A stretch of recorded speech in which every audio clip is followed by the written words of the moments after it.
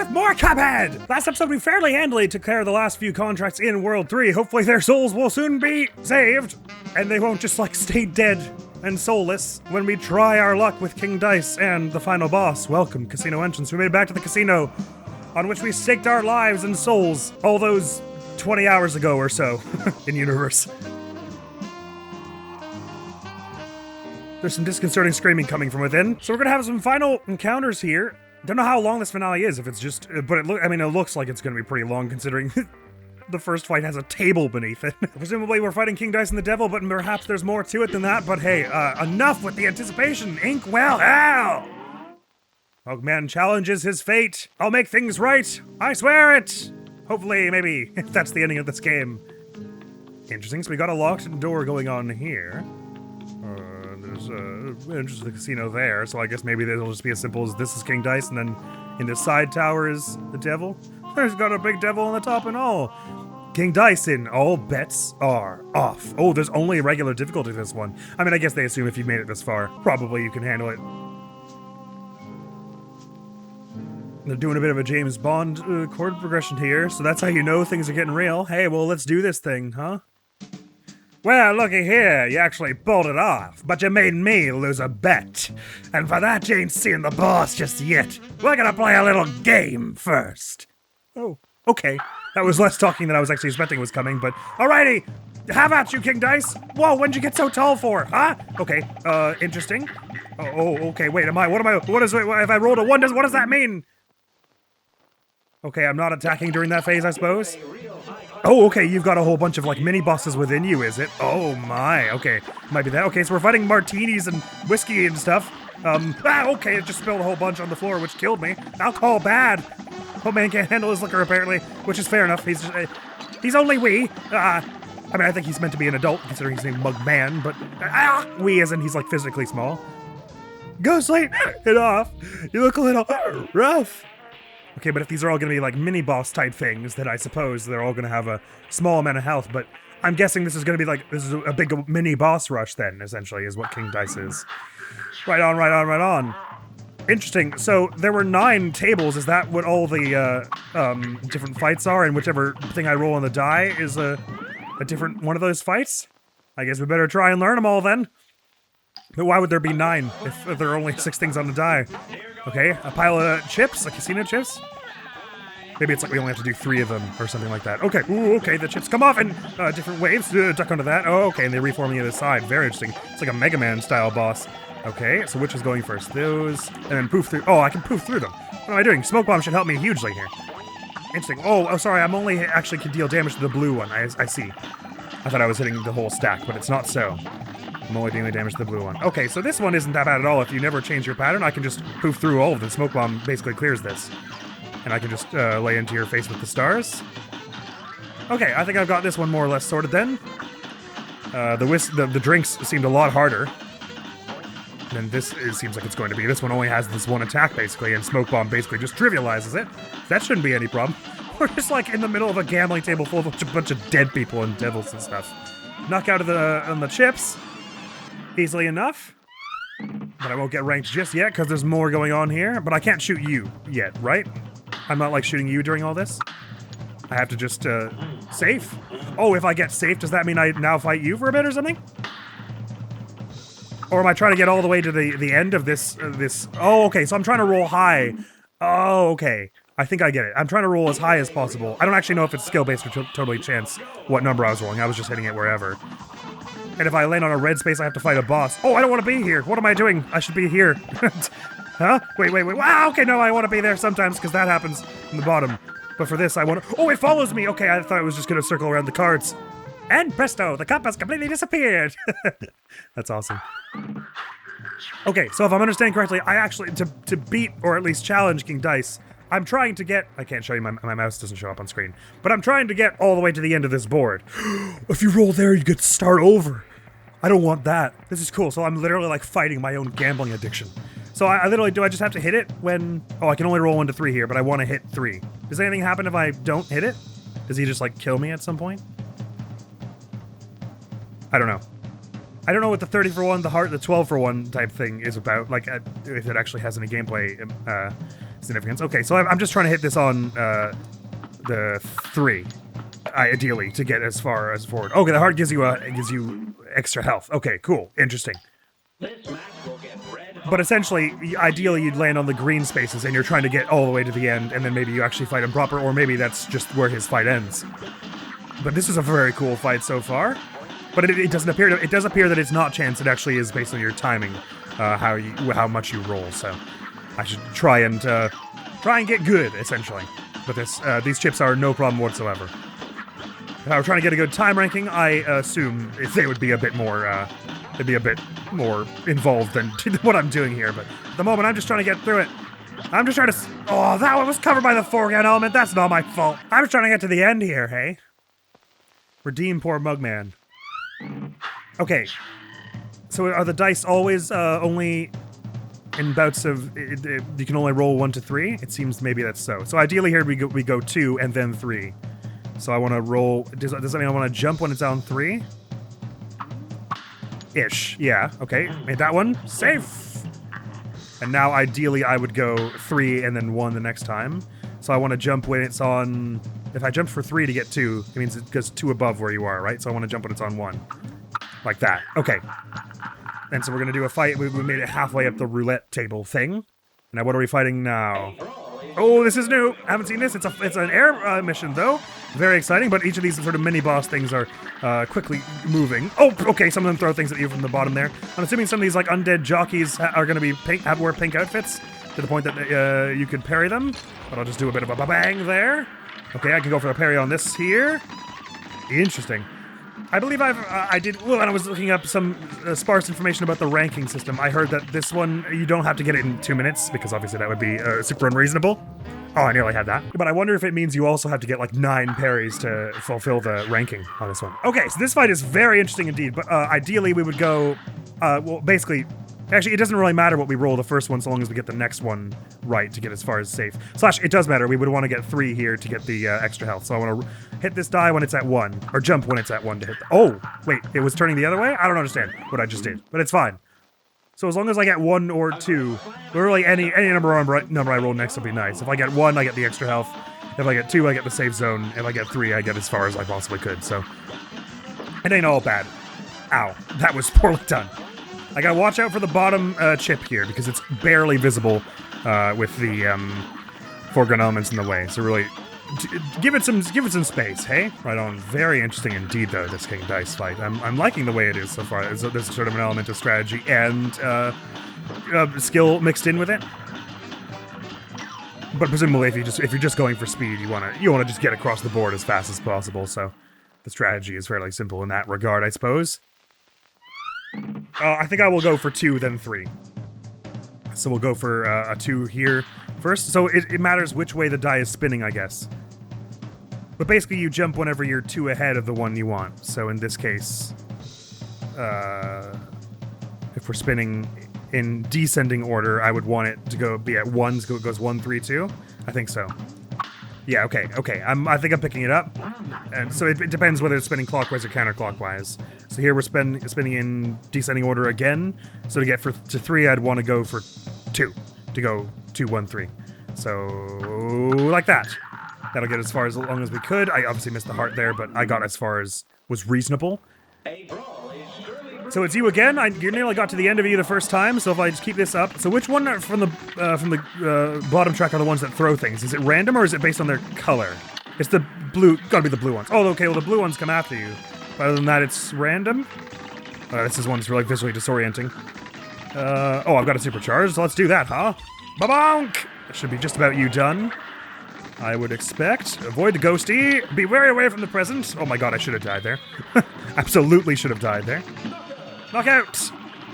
Wait, which were the ones that were, like, throwing stuff from the bottom? I'm not sure. Oh, give me the parry! No, it doesn't count. Okay. So far, there hasn't been anything going on, like, aside from picking the die on this thing. So I seem to want to go, for the 1 here, and it looks like we're going in ascending order here, so I want to go 2, so go 2, 3, 1. So as in jump when it's not 2. To get the 1 to go to safe, and then 3 ahead gives me a heart and lets me do the next fight. So we'll do that. We are in descending order, so to go 2 away to get 3, I'd have to go 2, and then jump on 2, like that. I'm getting it. Okay, health up, and I do another fight here. Let's hope it's an easy one. Will it be one we've never seen, I wonder? Did it actually matter which thing on the... Oh yeah, I think there are 9 fights, and it matters which actual spot on the thing you hit. Can I... Oh, I can flip the cards because they're pink. Oh, is it one of those situations where you're trying to, like, match them? Okay, so I have to, like, memorize which one is where while I'm doing this. MDHR. Is that the only way to deal damage to you, is to get these things right? I think the other one was here, right? Okay, so that gives me a chance to actually hit you once I get the memory game right. Understood. And I assume you'll go back to those cards shortly after you've done a few of these. One of these musical notes has got to be pink, right? I haven't seen one yet. Yep, we're doing this again. Okay, the claw can't hurt me, though. Okay, so that one's overturned.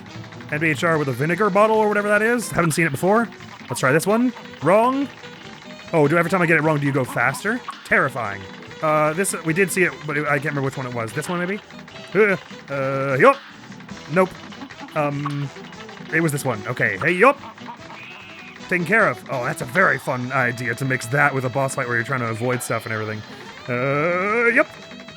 Fun boss ideas, even at the end here. I was kind of expecting, if I'm honest, that this end was just going to be like, they were just going to give you some really brutal, difficult to reach fights, but I don't remember, where was the other vinegar? Was it up here? Yes. But, and that they were going to sort of, and just, I don't know, based on nothing really, I was like, well, maybe this will be kind of the end of it, and they'll go for more scary fights than, like sort of fun and cute, quirky, gimmicky ones, but it's not so. Oh, right, sorry, I actually have to get the match right. So does this only end when I actually get every match, I suppose? And I'm just trying to deal damage to you in between. And it's to advance the sort of progression of everything, but it's not quite like I'm actually gonna defeat you in this phase without having done all these. This ends when I get the last one and then shoot you a bit, I guess. Right on, but it doesn't seem like you really get that much harder every time. It's just about a bit of a gauntlet, this one. This should just be about being knockout for you, and then we'll be able to get closer to the end of the board there. So that's why there were 9 things, I think, because I think there are 9 mini-bosses involved here. So I guess you'd have to play this over and over to get a good rank on all of them, maybe? Like, maybe they each carry their own individual rank, and you would have to try all of them to do it. Okay, so there doesn't seem to be any point to going to the safe zone right now, because I'm just going to have to roll a 2 in the end anyway. I mean, I guess maybe it would be easier to go safe and then 2 or 3 wins it, but I think I've gotten good enough at this now that I'm not going to screw it up. Well, he says that now. So if I want to go for 3 and it's going in ascending order, right? I would have to start at 1, so it goes 1, 2, 3. Okay. Like that. Let's go to Finn. Oh, okay, but then I fight you. Okay. So clever, so dapper, you better believe this dice is loaded. Howdy-ho! I might have imagined I then had to fight you, but I wouldn't have expected he was just gonna put his hand right there right away. That's that's hilarious. Okay, but I've got a pretty decent handle on how this thing works now. So, strategically here, I'm thinking what I want to do. Okay, yeah, it is 1, 2, 3, 4, 5, 6, 7, 8, 9. There are 9, that's why there were 9 in the table there. 9 different fights, and presumably, if you're going to go for 100%, you have to get like a good rank on each of them. So I have to fight one of 1, 2, or 3. I don't remember which one is which, but it probably makes some sense to just go for the heart. Or, I mean, I guess it makes sense to go for the casino chips, because they're the one I know how to deal with easiest. But I don't remember which one it was. Let's hope it was 2, because then I can get the heart and do the casino chip, and then we'll go for safe, and then... Well, actually, if I'm getting good enough, then I can get a 3 whenever I want. I should just figure out which is the easiest one of 1, 2, 3, and 4, 5, 6, and 7, 8, 9, and then, like, jump to the save point or that one every time. Anyway, for this first one, since I don't remember which one's where, let's go for 2. So if we're going in ascending order to get to 2, I have to go 3 for 3, 1, 2, like so. Health up, and who we're fighting? Is it the jockey, the liquor, or the chips? Oh, okay, 2. The hearts are on the chips. Or is it random where the hearts end up? It might be, I suppose. But if the hearts are always on the chips, then this is the one we absolutely want to start. Oh, I didn't think that would hit me from there. Well, I thought it would just sail over my head. Well, good thing I got that heart anyway. Now we know. Poof, poof. And lay into him with this, and this one I have a handle on. The liquor I'm pretty bad at fighting though, so... I might well just avoid die number 1, hey? Or roulette spot number 1. For as long as it is viable. And poof! And this should be a knockout for you. 3, 2, 1.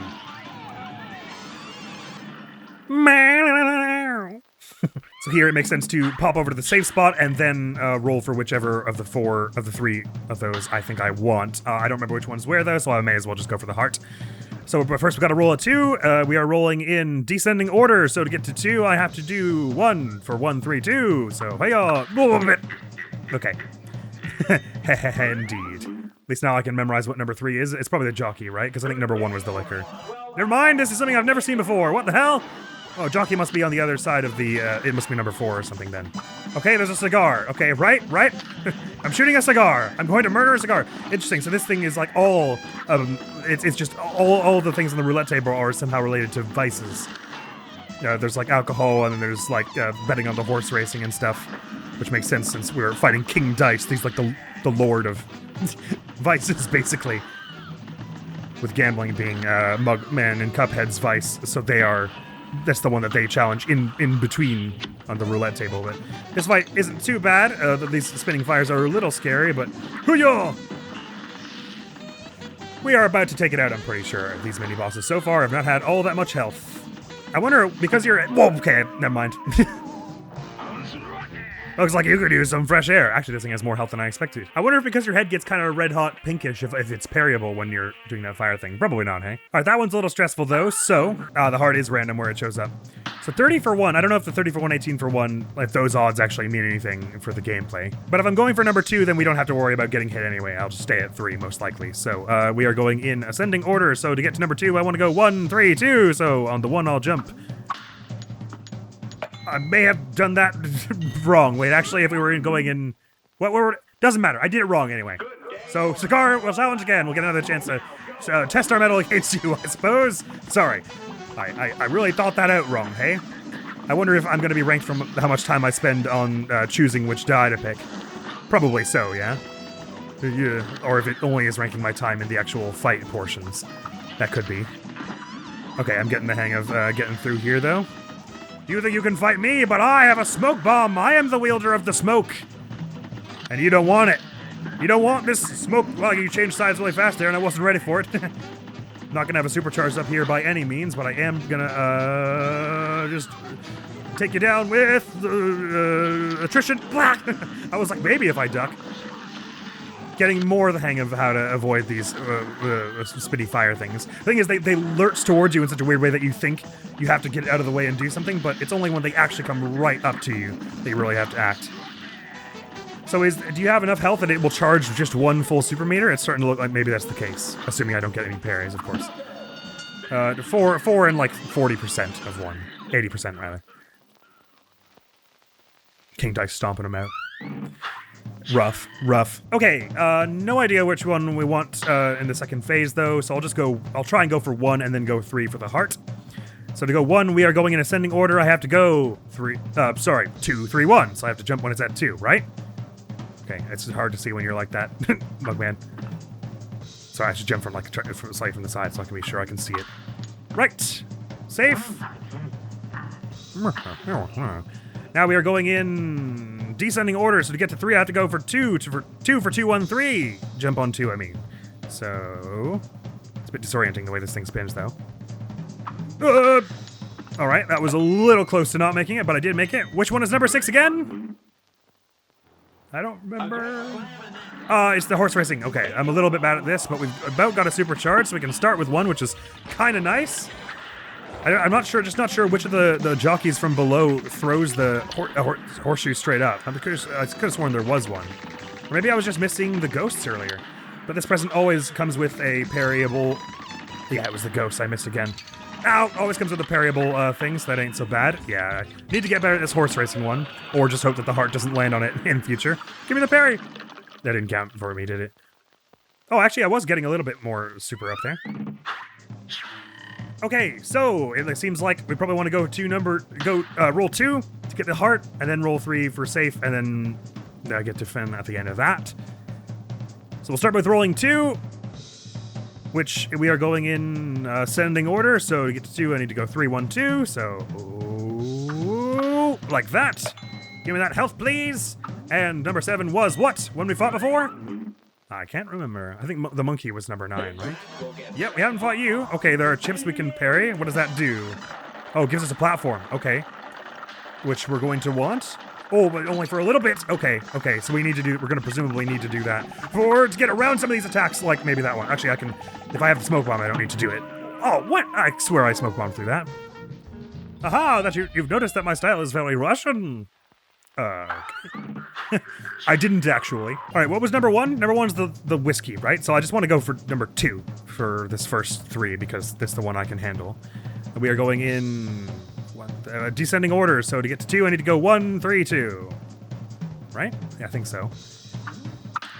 Ooh, that was almost not right. But I got it. Right, it's King Dice is no joke. It's a big old gauntlet. So, maybe we won't even get to the devil this episode. I don't know, it depends. I kind of don't have a strong sense of how long I've spent on this already, actually. It's been flying by. But I've gotten to King Dice a few times, and I expect he's not going to be, like, dreadfully difficult, considering how much they make you do to get as far as him. It looked like he only had one sort of phase, so I assume it's just, like, 2 attacks or so you have to get used to. And they might be fairly difficult in their own right, but I'm feeling somewhat confident in our ability to work through it.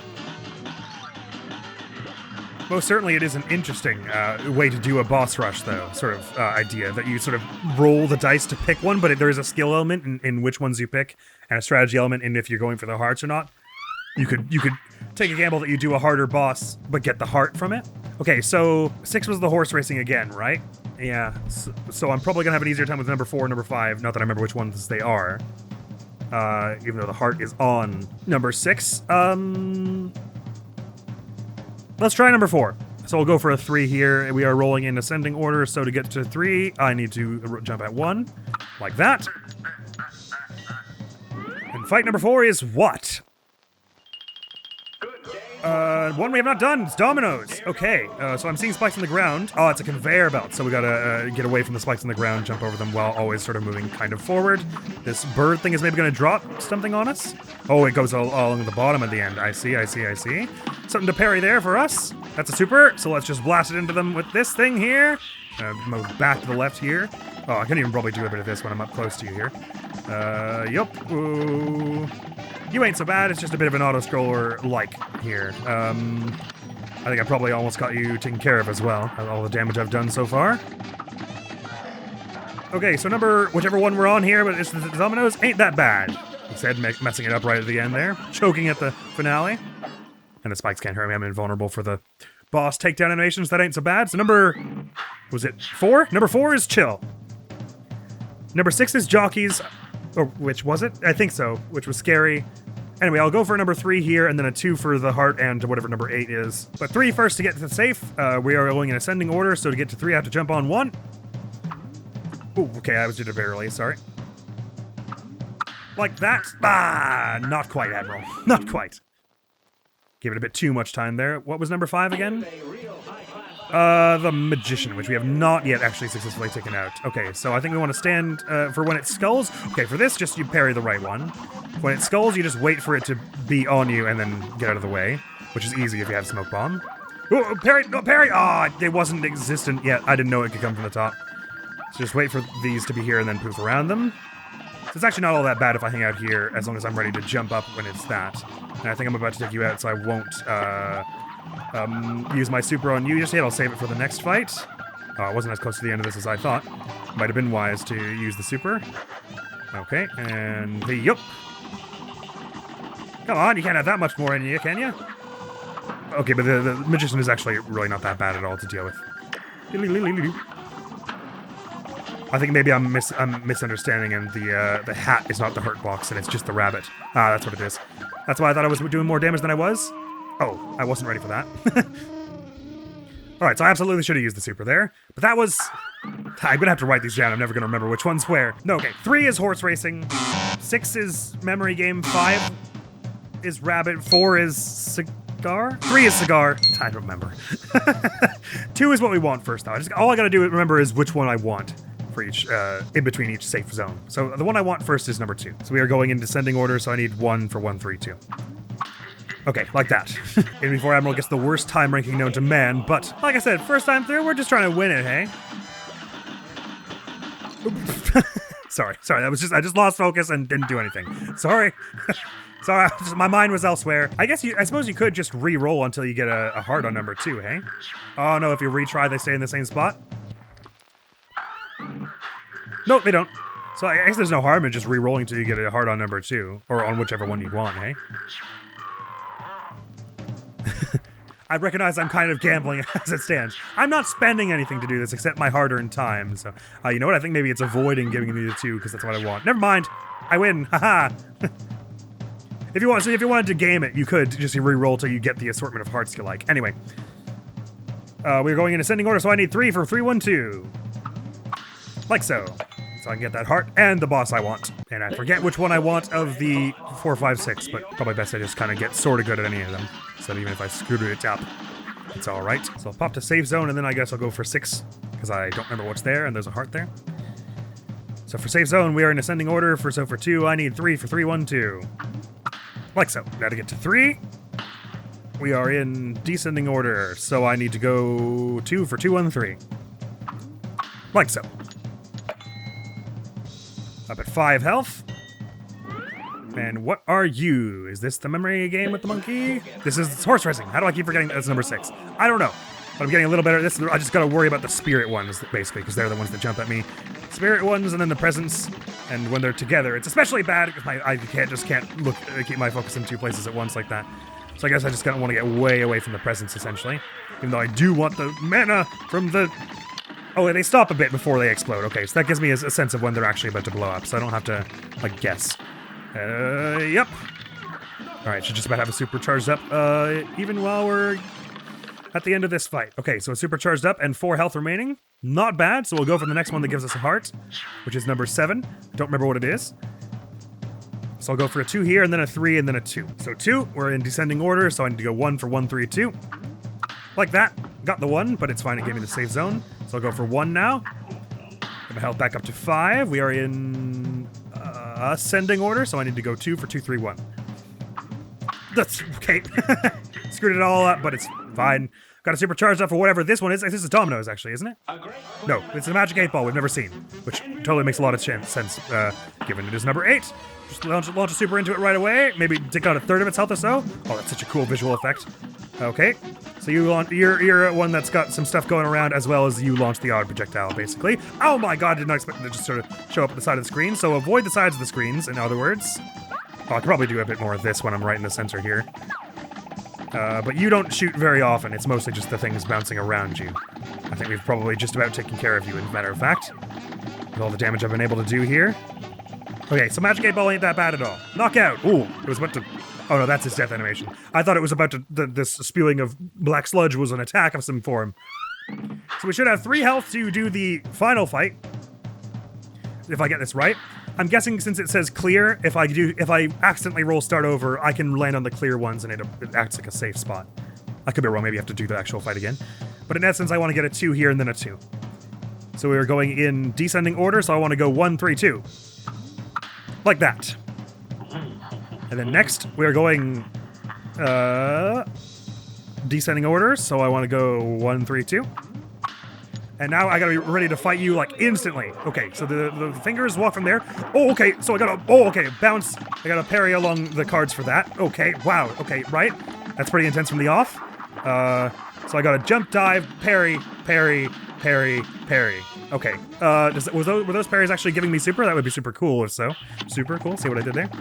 But it didn't seem like you probably were going to have a whole lot of health, so jump, poof, poof. Okay, it's pretty generous on the timing for those. Oh, but I had to poof right at the end there. Okay.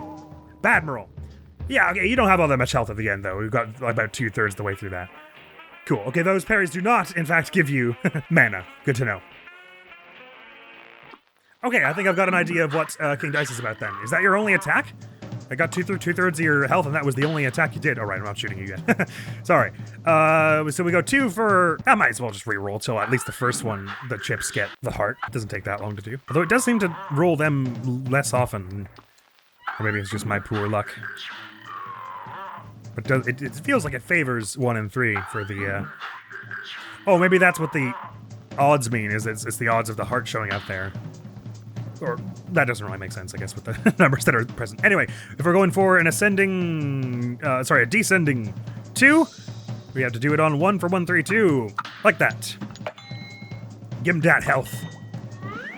I forgot already which one I wanted for 4, 5, 6, and 7, 8, 9, but I'm getting decent at all of them except the jockey, basically. Well, and the alcohol, which I'm avoiding every time. Poof! Like, most of, like, I think 4 and 5, I don't remember which one was which, but I was getting okay at them, I think. And we know the 8 ball isn't that bad now. Actually, none of 7, 8, or 8, or 9 were bad, were they? It's very cool that it's consistent, though, in that it's like a gambling thing, but there's an element of skill to it. It's just that if you knew what you were doing, it would be purely a game of skill. If you were good at it, but otherwise it kind of plays like a game of chance. Okay, so I just want a 2 or a 3 here, because I don't know if I want 4 or 5. So either one is fine. So a 2 or 3, so basically a jump when it's at 1. So I got the safe zone. I mean, I'm even not that awful at the jockey one, so I could go for the extra health, because it also charges your mana pretty quickly. So it'd be nice to have mana 4, 7, 8, or 9. I'll just pick randomly. It was 1. Cool. Which is dominoes, which isn't that bad. Okay, 4 is dominoes. 4 is dominoes. 4 is dominoes. And I'm just going to lay into you with a whole bunch of this. I assume touching the dominoes damages you. So I'm going to try to not do too much of that. Okay, get over you, though. Poof. Okay, that was a weird way to do that, but I did it. Parry this one for some nice free meter. Won't use it on this one, though, because we're probably just about done with you, and it'd be nice to go into the penultimate fight with some meter. Actually, I'm kind of assuming, yeah, I have contact damage on you. I should probably actually verify that at some point, because it would be a lot easier if I was just sitting right in you to lay into you with all the spread fire hits, but should about finish this. Took 2 very silly hits there. Maybe I should have just used the super. But alas, that one just needs a little bit of practice before you have a sense of the pace of it. Okay, so I desperately want to get a 3 here for the safe zone. We are going ascending, so I want to go 1 for 1, 2, 3. Bonk, like that. Now, because I don't know which one I want of these 3, I'll just go 2 to get the heart. So we are descending, so I gotta go 1 for 1, 3, 2. Bonk! 3 there. 3 health, that is, and 8 is the 8 ball, that's right. So this will not be that bad at all, and we want to be mostly spread firing and hanging out with you here. When you do the psychedelic psi wave attack, just move slightly out of the way and then just wait for the cubes and go onto them when they go through you. Actually, I may as well use the super here. I don't know if I'm gonna have a charge up. I'll probably charge up enough mana that will get a super on King Dice this way. We just won't have it charged up right at the beginning, I guess. Which is okay. Oh, I didn't charge up as much as I was expecting from that. I thought we were not that close to the end. But alas, so we might not quite charge a super for King Dice, but I have a sense of what to do for the cards attack now, so I want to get a 2 and then a 2. So, we are going ascending, so I want to go 3 for 3, 1, 2. Bonk! Safe! And next, what is it? Let's hear it. It's descending, so I want to go 1 for 1, 3, 2. Bonk! Well, that was close to a start over. Alright, and I have to shoot you. That's an important part of the process as well. Ooh! Okay. Poof. Oh, I can just get to the other side of your hand? I didn't realize. So I can just go here? Oh, I can't really shoot you if I'm doing that, though, I guess. Well, that's fine. So I don't have to, like, go along the entire path of hearts. If I can just... Oh, no, your wrist hurts me. Okay. So I would have to poof again to do that. Okay, understood.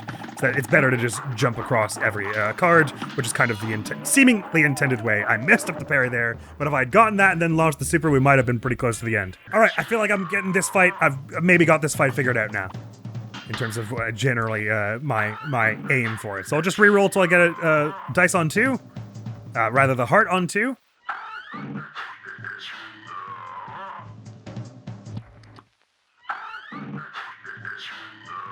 Which naturally is very resistant to give me. Nice, right on. 4 was dominoes, is that what we just said? So so the heart on 2 and 4 is nice, I think. Or 7 was dominoes. No, because we did dominoes and 8 ball. Don't remember what 7 is. But actually, I think this is a nice assortment. I remember 7 and 8. I don't remember what 7 is, but it wasn't that bad, right? So if I can get all these hearts here, that would be pretty sweet. Anyway, we're going for a 2 with the descending, so we got a 1 for 1, 3, 2. Like that. Let's do this thing. This match will get red hot. It's on! It's on!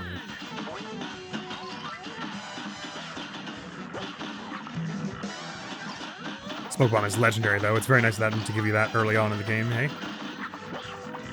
You'd have so much health in this fight if you did the heart bracelet.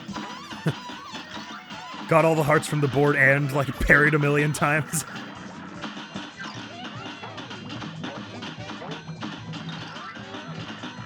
It would let you get hit so many times and still get a good heart ranking, I imagine. Unless, oh, maybe to get the good heart ranking on this one, maybe you need to get all 3 hearts to get as far as 6. That would sure be scary. But I'll worry about that later. Go for number 4? Sure. So with ascending... Is it ascending? Sorry. 2, 3. 1, 2, 3. Yeah, it's ascending. Okay, so to get to 3, we have to go at 1. Like that. Health up to 5, and we're fighting for number 4. I forgot again, but it is... Dominoes. Cool. Alright, let me just see. Do you have contact damage? Yes, you do. Okay, so don't get that close. But it's right on the square, like the quadrilateral part of the domino. So you can... The feet, the dangling feet and the arms don't hurt you. So you can get fairly close. Oh, that was a little dodgy, the closeness with which I had to get that. I wonder if maybe I'd be doing more damage per second with the stars on this one. It kind of depends how many spikes come your way and in what pattern, I suppose.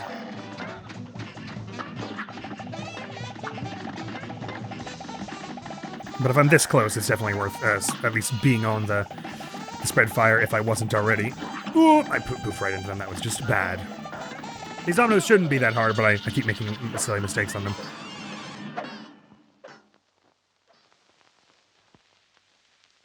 We're going for a 7 next, which I keep forgetting what it is. But, oh, it's the rabbit, probably. So I want to go 3 and then 1. And the rabbit we're getting pretty decent at doing, so I should be able to just blast him with the super right away and then get a few more parries even still. We are doing a descending 3, so that's 2 for 2, 3, 1. Like that! Oh, that was almost wrong. Now we want to get a 1. And we are descending, so 3 for 3, 2, 1. Right. Give me that health, and let me fight that rabbit! Unless the rabbit was 5. Nope, yeah, okay, this is the ballerina that I've never defeated, so, let's figure out what's going on with you. Starting with a super, okay. So for these things, best to poof to the other side of them, I suppose. And then when you're dancing about, just poof through you. Probably better to do stars for this. So I don't have to, like, really think about it too hard. Are those the only 2 attacks you have? The things that come from the sky and then pirouetting towards me? Because I guess, in that case, if I have Smoke Grenade, I don't really need... Desperately... Oh god, that goes so fast. I don't need strongly to get on the chips at any point. I guess, yeah, that's probably you only need to do that if you don't have Smoke Bomb for this move. Oh, you're a roulette table, I see now, I see. You're Russian style, Russian roulette. You're gonna kill me, I get it. Now I understand that threat you made like 15 minutes ago. Alright, that was the penultimate battle, so now we're on to King Dice. If I get this right, we're going ascending, and if I want 3, that means 1, 2, 3, so... Bonk! And then 2. Actually, just out of curiosity, let me try and get a 3 here and see, can I overroll and does it send me back to the beginning? Or is 2 or 3 fine here, because that would make it easier. Oh, it's fine, okay, you can overroll and it's cool. Okay, so bonk, bonk, bonk, bonk. Ooh, okay, you have to kind of go back so you don't run into his wrist. Alright, I still have to keep fighting. Don't not fight, Admiral. Oh, I could probably even hang out in the air for a while and hit you a whole bunch with this if I do that. Oh, very cool indeed. Your face doesn't have a hitbox. Okay, right. Yeah, hitbox. So I can hang out in you to shoot you a whole bunch. Yeah, the cards are a little tricky, but I should follow them to the right-hand side of the screen. So I think we've just about taken care of you, right? Can have that much more health on you. Yeah, it's better to not, like, just go right to the left of the screen immediately. Bang! Oh, yeah, okay. Yes. King Dice is not that bad at all. Complete the casino and defeat King Dice without taking a hit. Oh, that wasn't that bad. Yeah, nice. I didn't even realize I did, but sweet. Oh, yeah, HP bonuses only needs 3, so you're all right there. So the time ranking is going to be the tricky thing, although I wonder what it lets you get. Well, it didn't give me gold at 430, so we're right there, but everything else there is going to be easy, because you get a whole bunch of heals there. Ah, feels so good. That's a fun fight. I love the mixing of strategy with the action elements of that. Well, that must mean we're on to the devil. How long did that take in the end? 43 minutes. Okay, wow, that could be its own entire episode. It could. But I feel like going for the devil. Okay, interesting. So it just... Okay, so it's not a separate grade for each of them. It's just letting you know all their names. So Tipsy Troop is the alcohol bunch. Chips Bettigan is the chips. Mr. Wheezy will be the cigar. Pip and Dot. Oh, the dominoes. Mangosteen. Don't remember. Fear Lap is the jockey, the horse racing. Mr. Chimes.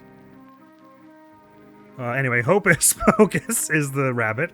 And Piruletta. Oh, okay, wait. So these are not in the order they appear on the roulette table? Or would that make Hocus Pocus the 8-ball? Because you would assume it would be the rabbit.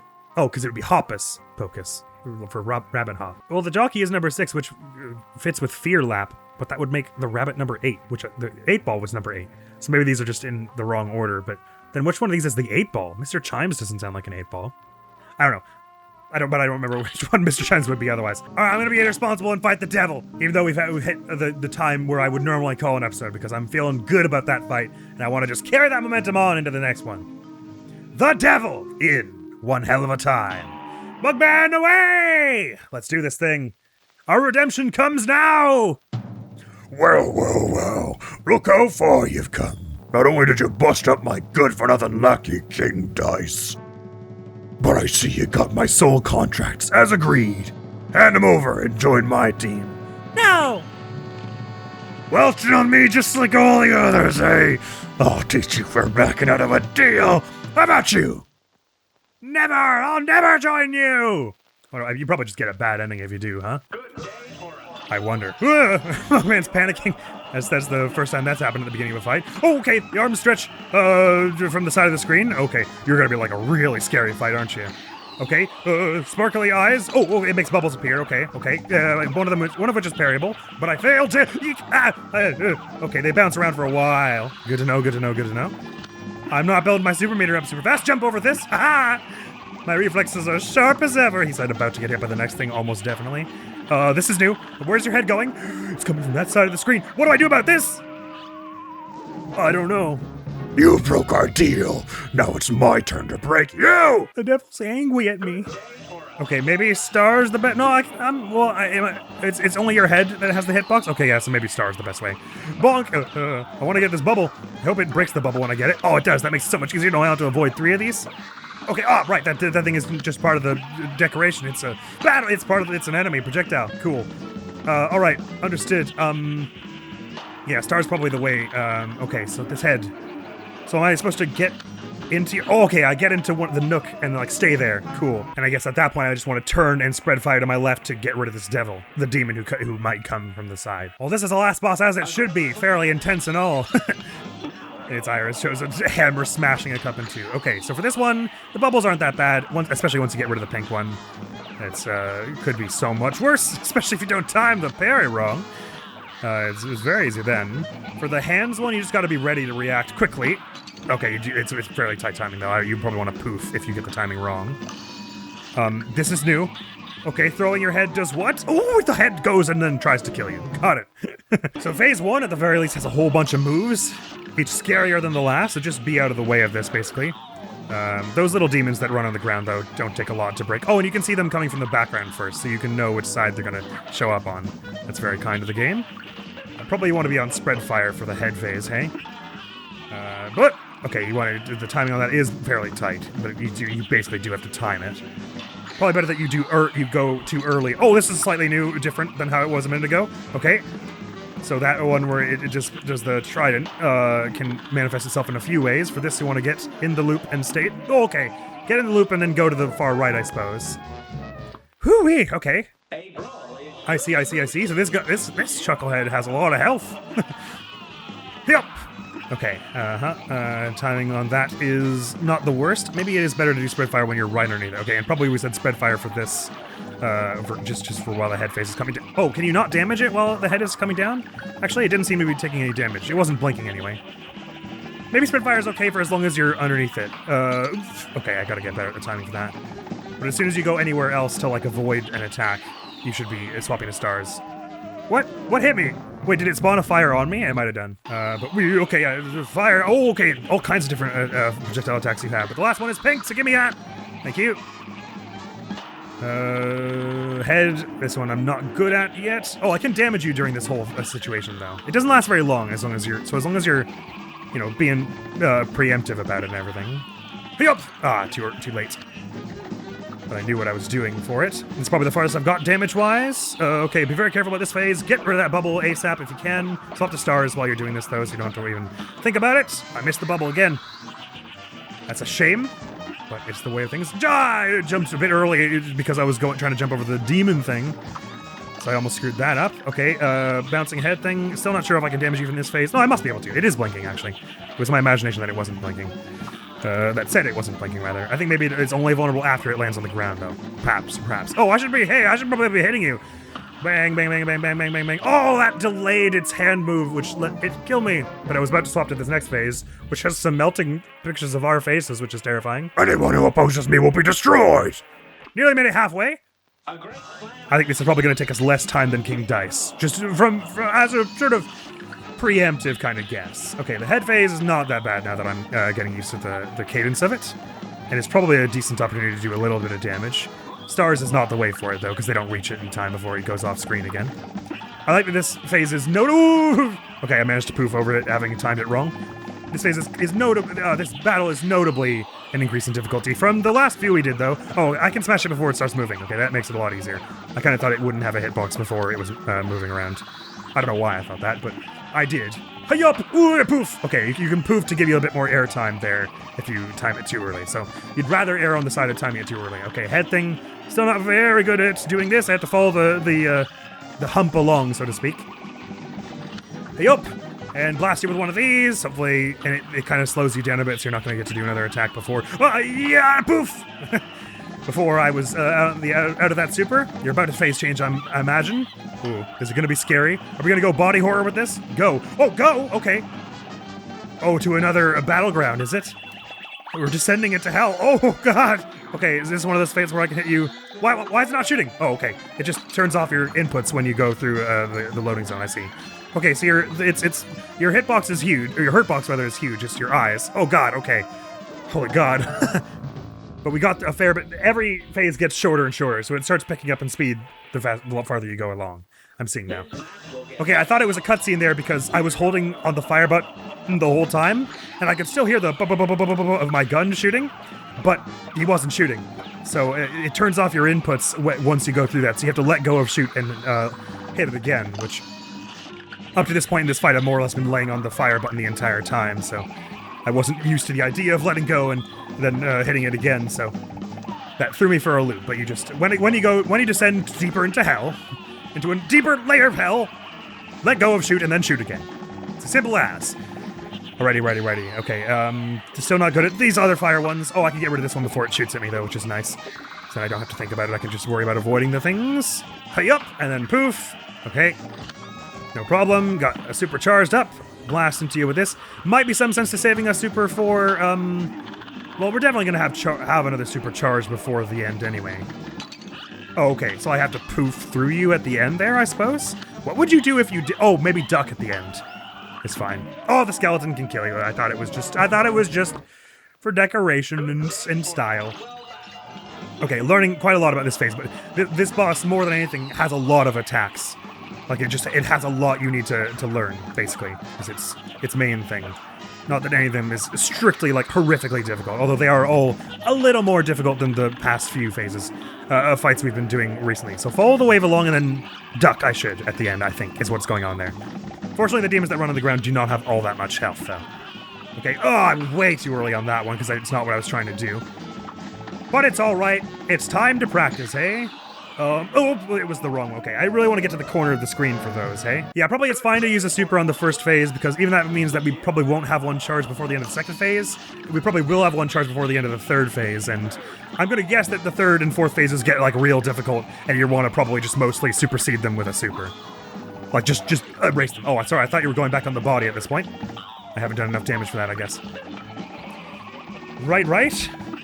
Okay, these, and then jump, and then poof. Right. It's cool that your hands, like, morph into, like, goat hooves for that. Okay, I really want to be kind of close to the side of the screen for when you're starting one of the trident projectiles, because they can be pretty scary otherwise. I wasted a lot of time I could have been attacking there by avoiding those bubbles, but it's fine. Oh, goat hands again, and poof! Almost didn't make that, but it's fine. I'm getting the cadence of this final fight. And I'm gonna say that, hopefully... Ooh, it's duck to get it... Okay, yeah, you can definitely duck under the ending when it stretches back. There probably is a way to do it with the smoke bomb, but I'm assuming there's a way to do all this game with hitless without a smoke bomb, because it would just be mean otherwise. Oh yeah, super, huh? Should have done that earlier. Oops.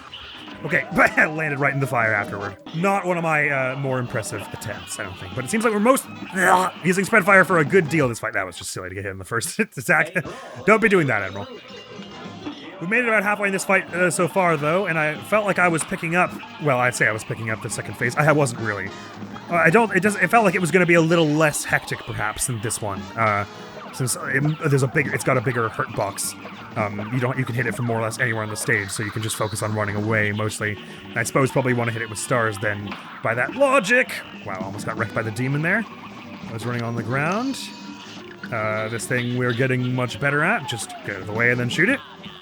Get out of the way. Oh, no! Didn't hear that before. Lay into it with a bit of those once it slams onto you. But most damage we're doing is when it's sitting in the chair here, so that ain't so bad. Poof! Okay. Right on, we're just about at a phase change here, I expect. Slash, I haven't done my first super yet, have I? Ooh, okay, that was just a bad way to do all that. Well, I'll do a super now. No, Admiral, bad time to do super because you're gonna hit by the fire as soon as you end it. That was a dreadfully, dreadfully bad move. The first phase is so long, though, that I get confused about if I've, like, dealt damage yet and stuff. Okay, so do this and then duck. Okay, got it. Understanding what to do about that. Yup. The really tricky thing about... whoops! I just was thinking about what I was about to say next. And so do not take the visual cue to jump there. The really tricky thing about the dragon head phase where it snakes around everywhere is that you have to be prepared to blast the demons as well. And which could come from either directions. That could throw your pattern askew somewhat. The demons don't come all that frequently, though. So they're not the worst hazard to be dealing with. And jump! Poof! Okay. First phase more or less tidied up, because I expected I was going to get that parry easily. I will wait till this fire thing is over to do my super, though, because I don't want to... Oh, it can happen at the same time as the hands? I didn't realize that was a thing. Simply awful. Okay. We're learning quite a lot. We know nothing about phases 3 and 4 yet, and not a lot about phase 2, but phase 1, I more or less have all the knowledge I should need. I just need to focus and win the skill checks, so to speak. Apply my learnings, and apply my focus, and do the poofs good, and don't get whacked by the demon, and it'll all turn out fine. Yeah, so far I haven't been using a lot of EX shots throughout this game. I swear I parried that. A lot of EX shots throughout this game, mostly because the two guns that I favor, I don't find their EX shots super useful in a lot of scenarios, I guess. And duck under this. It's nice that you can shoot the dragon the entire time for that phase, though. That's good damage you're going to be getting. You're going to get the goat hands, aren't you? Yes, you are. I knew you would when that demon ran by, just to make it harder on me, hey? Why has the devil got to make stuff harder on me for? That's not nice. Be nice, devil. What's even your problem? Ugh. Okay, and may as well blast one of these while you're not doing anything, because it sort of staggers you so that you don't start the next attack too soon. Proof of that, it's auto phase change, hey? At which point we get out of the way of the skull, I'm pretty sure. I don't seem to be able to do damage to you during this, so we just leave. Phew! Down to here, I'm gonna just keep it on hearts phase, stars for a while. Right, I gotta let go and then attack again. Stars for a bit here, while I'm figuring out what to do with all this. But then I'm so close, I should just be laying on with all this, huh? Okay, the axe is kind of scary. Ooh, get out of the way of those murderous chips. Well, the bombs are always pink, though, so you can just blow them up, which is nice, because they're pretty scary. Okay, so phase 2 maybe is actually pretty chill. Except for that axe. Axe is the only thing that, like, really freaks me out. Because the eyes don't have a hitbox, they're just a hurt box. Okay, phase 2 taken care of that fast, was it? Oh, maybe not. Or is this phase 3, or is that... I'm not sure. Oh, what is that? I don't understand what's going on. Is that pink? That's red, isn't it? This is pink. Ow! Ah! Maybe just launch a super in now, because I have no idea what I'm doing. Actually, this must be phase 3 then. So we're in the deeper... This depth of hell is just for phase 3, so this is gonna be the final phase? Oh, I only have one platform for it, huh? Just blast it with everything I've got? Oh, I'd have to jump around that, Oh, that was the last phase. Okay, wow, I got way farther than I expected here. Okay, so for all of phases 2, 3, and 4, you're in this second layer of hell. Very interesting indeed, but it starts blowing by pretty fast at that point. And phase 2 isn't that difficult at all. It's way easier than phase 1 in terms of avoiding stuff. And phase 3 is over so fast, you barely have to worry about it. Okay, I'm feeling very confident then. It's just about getting phase 1 really right then, essentially. So you've got lots of health going into the rest of it for any silly little mistakes you make along the way. Oh, I got hit by the demon who came from off screen, which I knew I should have known they were coming from that side. If I were paying attention, but I wasn't paying attention, so it didn't happen that way. Oof, okay. A dreadful start so far, but whatever, we'll just clutch it up and do the rest of it hitless. Easy as, definitely. It won't even mess up the Godans right away. This match will get red hot. You don't say. Very perceptive of you. Okay, I gotta turn here to get rid of the demon, but also do some damage to you while I duck under that. This phase a lot of stuff in this first phase goes by too fast to really talk over. I can talk about it in hindsight only. But I'm getting much, much better at all the patterns here. It's a very fair boss fight. It's just that there's a lot going on. And so if you haven't learned every attack really intimately, you're gonna struggle. It's a shame that this fires stick around until like the next attack. It's really scary. I'd say a shame only in the sense of makes it harder to survive, not as in I think it's poor design or anything. I thought it was about to launch onto me again there. That scared me. Goat hands! Poof! Almost left it a little too late. Haven't taken a hit yet, though. So I'm thinking Smoke Bomb is the way for... Oh my god. For this. Slash, have we had any desperate need of Smoke Bomb yet? Oh my god, that was just abysmal. This will stun you, but not the demons. The demon will run under me as I do this, and we'll jump over the goat hands. Some people call them hooves. Just about the end of this phase. I still struggle to get into the wave of the dragon sometimes. So that one still poses a bit of problems for me, but this should phase change it. So I just get out of the way now. I gotta let go of the fire button so that it doesn't screw me over again. Swap to spread fire once I am in play again. After, oh, he freaks out a bit more. Sorry, I thought I was locked in there. Okay, the axe doing the twirly.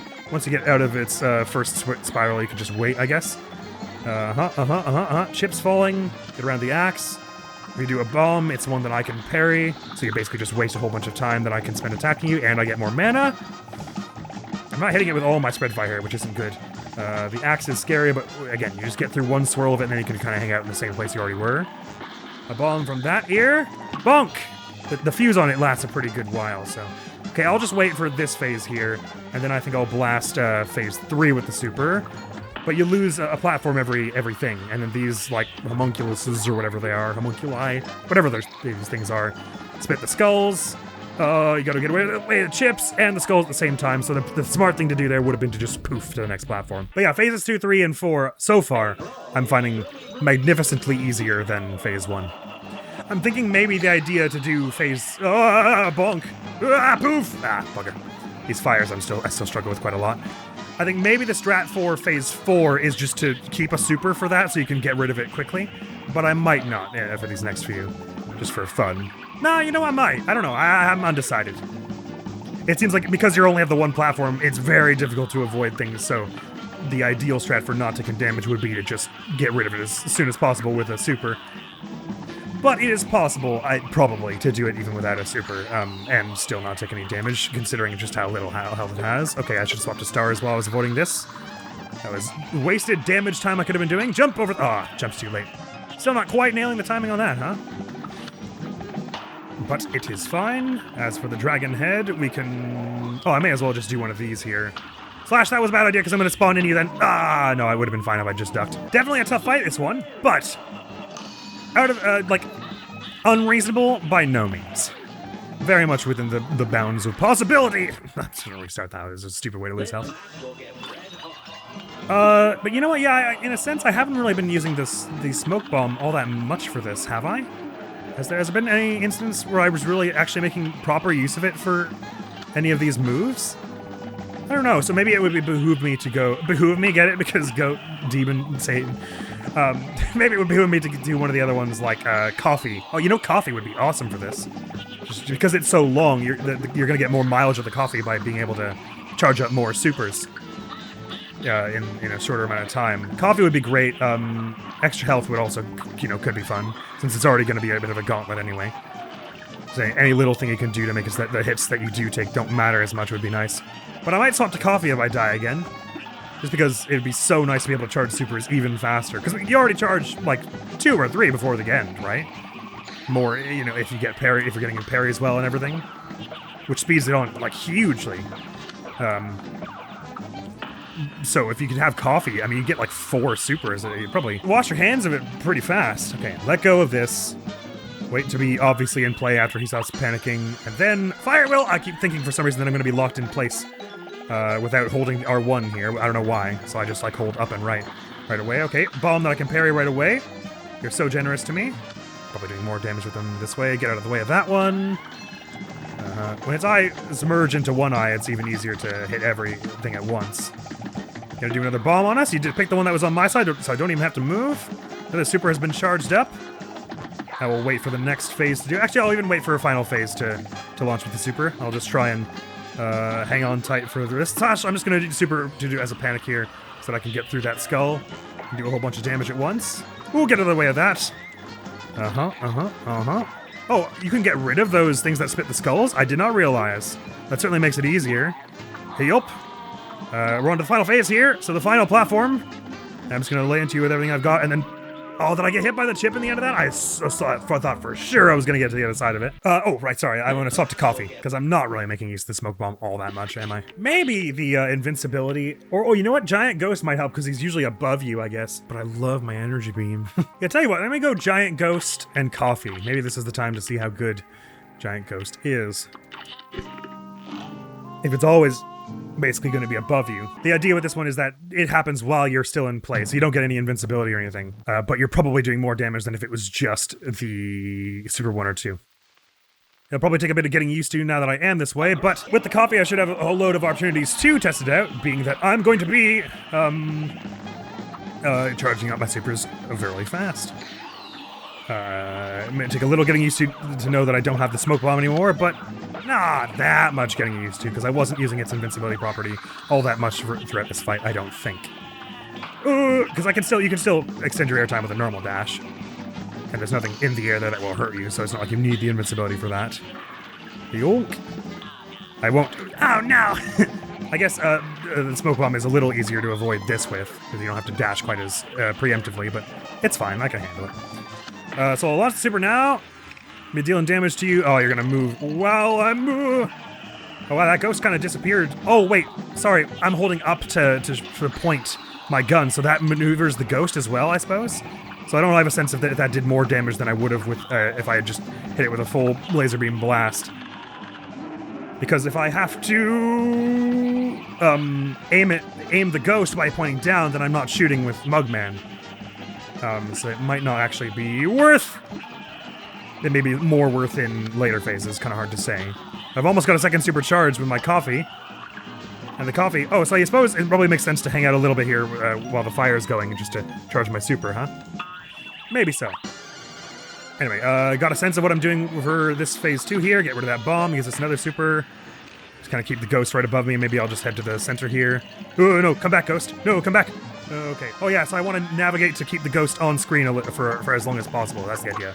Oh, a heart? What was with that heart? I wonder. Did that do more damage than if I had just blasted him with the laser? It probably did. Feels like it did about the same amount of damage, actually. So considering it's a lot harder to maneuver, I don't know, maybe my impression of things is just wrong, but I didn't really feel like it helped all that much. So I'll keep with the coffee, but I'll go back to Super 1. That I'm comfortable with. Probably the ghost is more useful for like clearing out projectiles or something. I don't know. I'll stick with the laser though. Laser's my comfort zone. Laser's my happy space. So stick with that. But yeah, it doesn't seem like we need the smoke bomb in the least here. So I'm happy equipping the coffee for sure. Yo! Nice easy parry lined up for me there. So some good meter charged already. Oof, I could have ducked under that if I had had more presence of mind. Goat hands. jumps too late. Pretty bad start to this phase, but we've been able to do some pretty good work with phases 2, 3, and 4 without taking damage before. So, hey, do your laser, Admiral.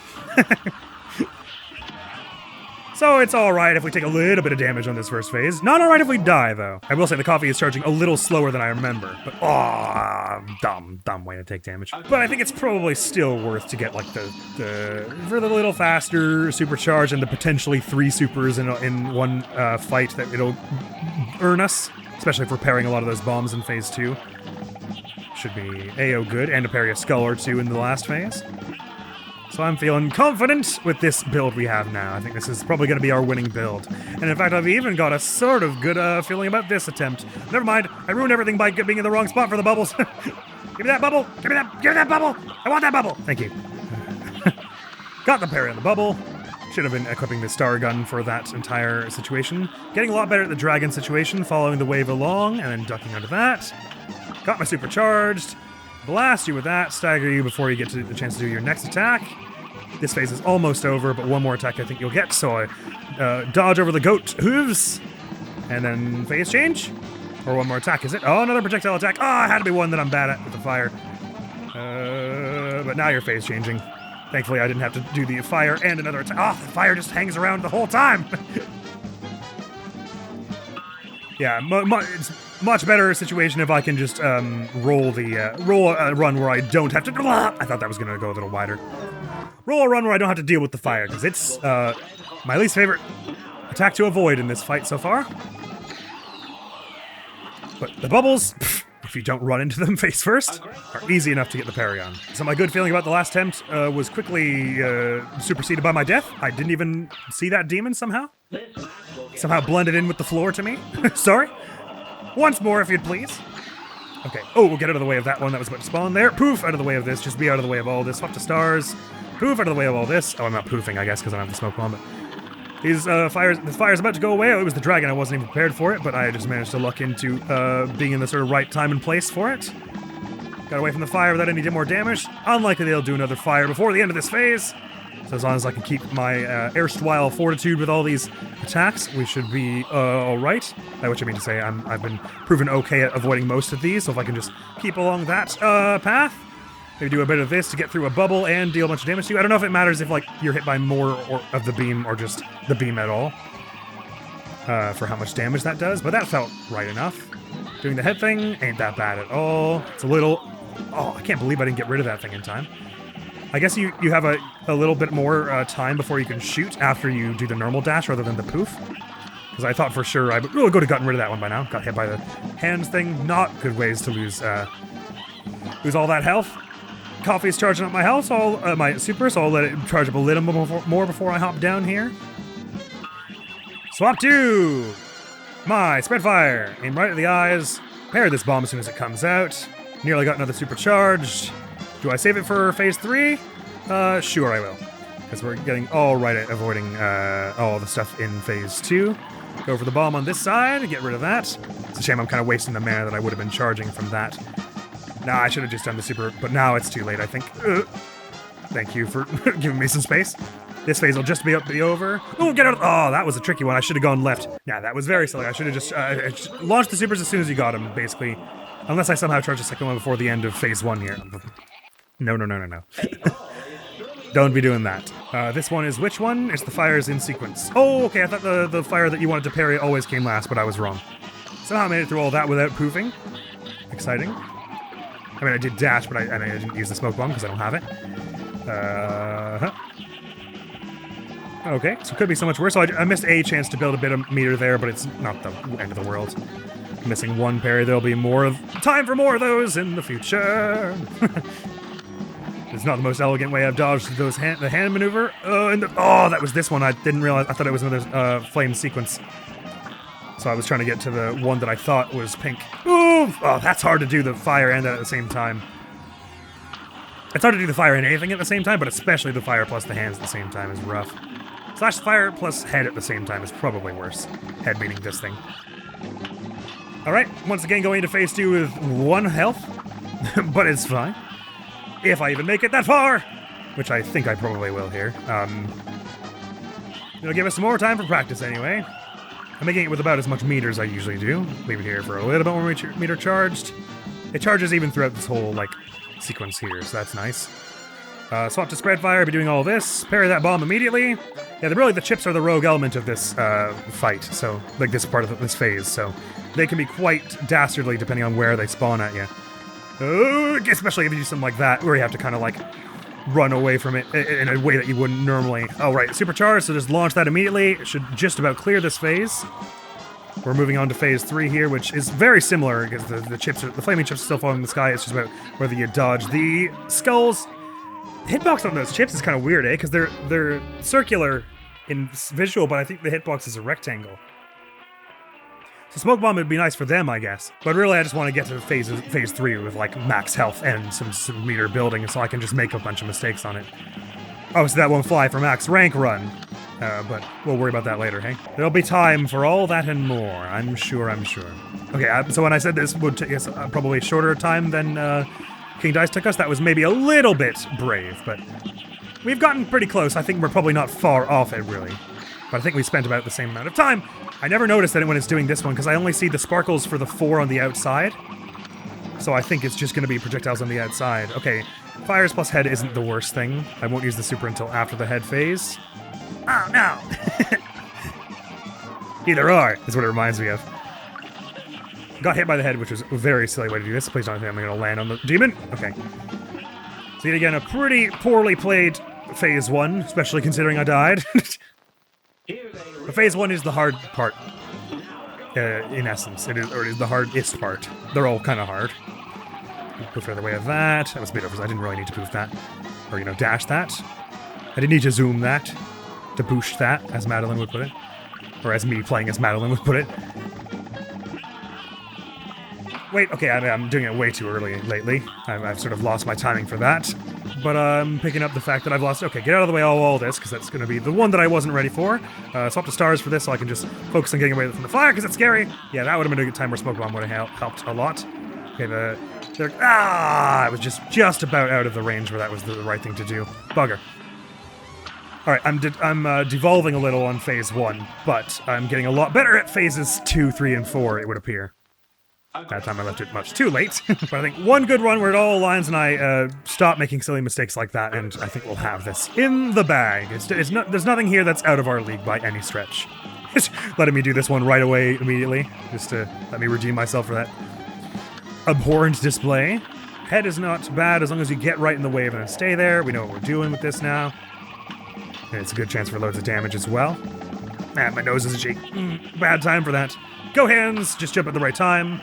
Shame it doesn't knock out those demons, but it just means you have to pay a little more attention to which side you're jumping to. Preparing that one handily, quickly enough. So I should have swapped to stars during this, but it's almost over now, so there's no point now. Blast him with a super. Got the pink thing early, though, so it was easy enough to avoid the rest of the bubbles there. Don't get hit by the head phase. That would be an embarrassing way to do that, because it's easy enough to avoid. Oh, don't run into it that way, though.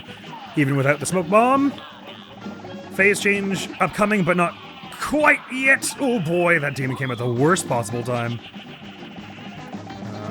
The sparkly thing, it's sequence fires, but the first one was the parryable one. Oh, my God, this is awful. Somehow made it through all that. Would have had one more card to my name if I had parried the pink fire, but it was fine. We still got a decent horde of why did I swap to the stars? We've got a decent supply of mana, and we've taken no damage on that first phase. So phase 2, oh my God, that went so close to me. Phase 2 should go by without too much drama, as it were, and we should be all right to more or less roll right into phase 3 without using our... Why am I not using the super? Admiral, now would be the time to use this. And just skip it right on to phase 3. Hopefully we can build another one before phase 4. Actually, we definitely won't build another one before phase 4, but I've got enough health that I might just be able to tank it. Oh my God, bad. Okay, if I don't totally wreck the rest of this. Phase 3 does not last long, though, so... give me that, parry. Oh, actually, I might have a super built before, if I parry this. Just to lay into super this phase without it all. So the second the first ship comes down at me, I'm gonna just launch my super here to just tank through it and do a bunch of damage. Ah, the super missed! That's not what you want to see, but I got it in the end anyway. Boom! Team A rank O'Hara on all bosses in Inkwell Hell and defeat the devil. 2 achievements got at once. I got an A rank for that, did I? How long did that take? 2 minutes 12, but they're being a little more lenient on the time for that one, I suppose, because it's fairly long. Oh, the only thing I got wrong was the health bonus, which I lost all in like phase 3 there. So that was actually a pretty well played battle in the end.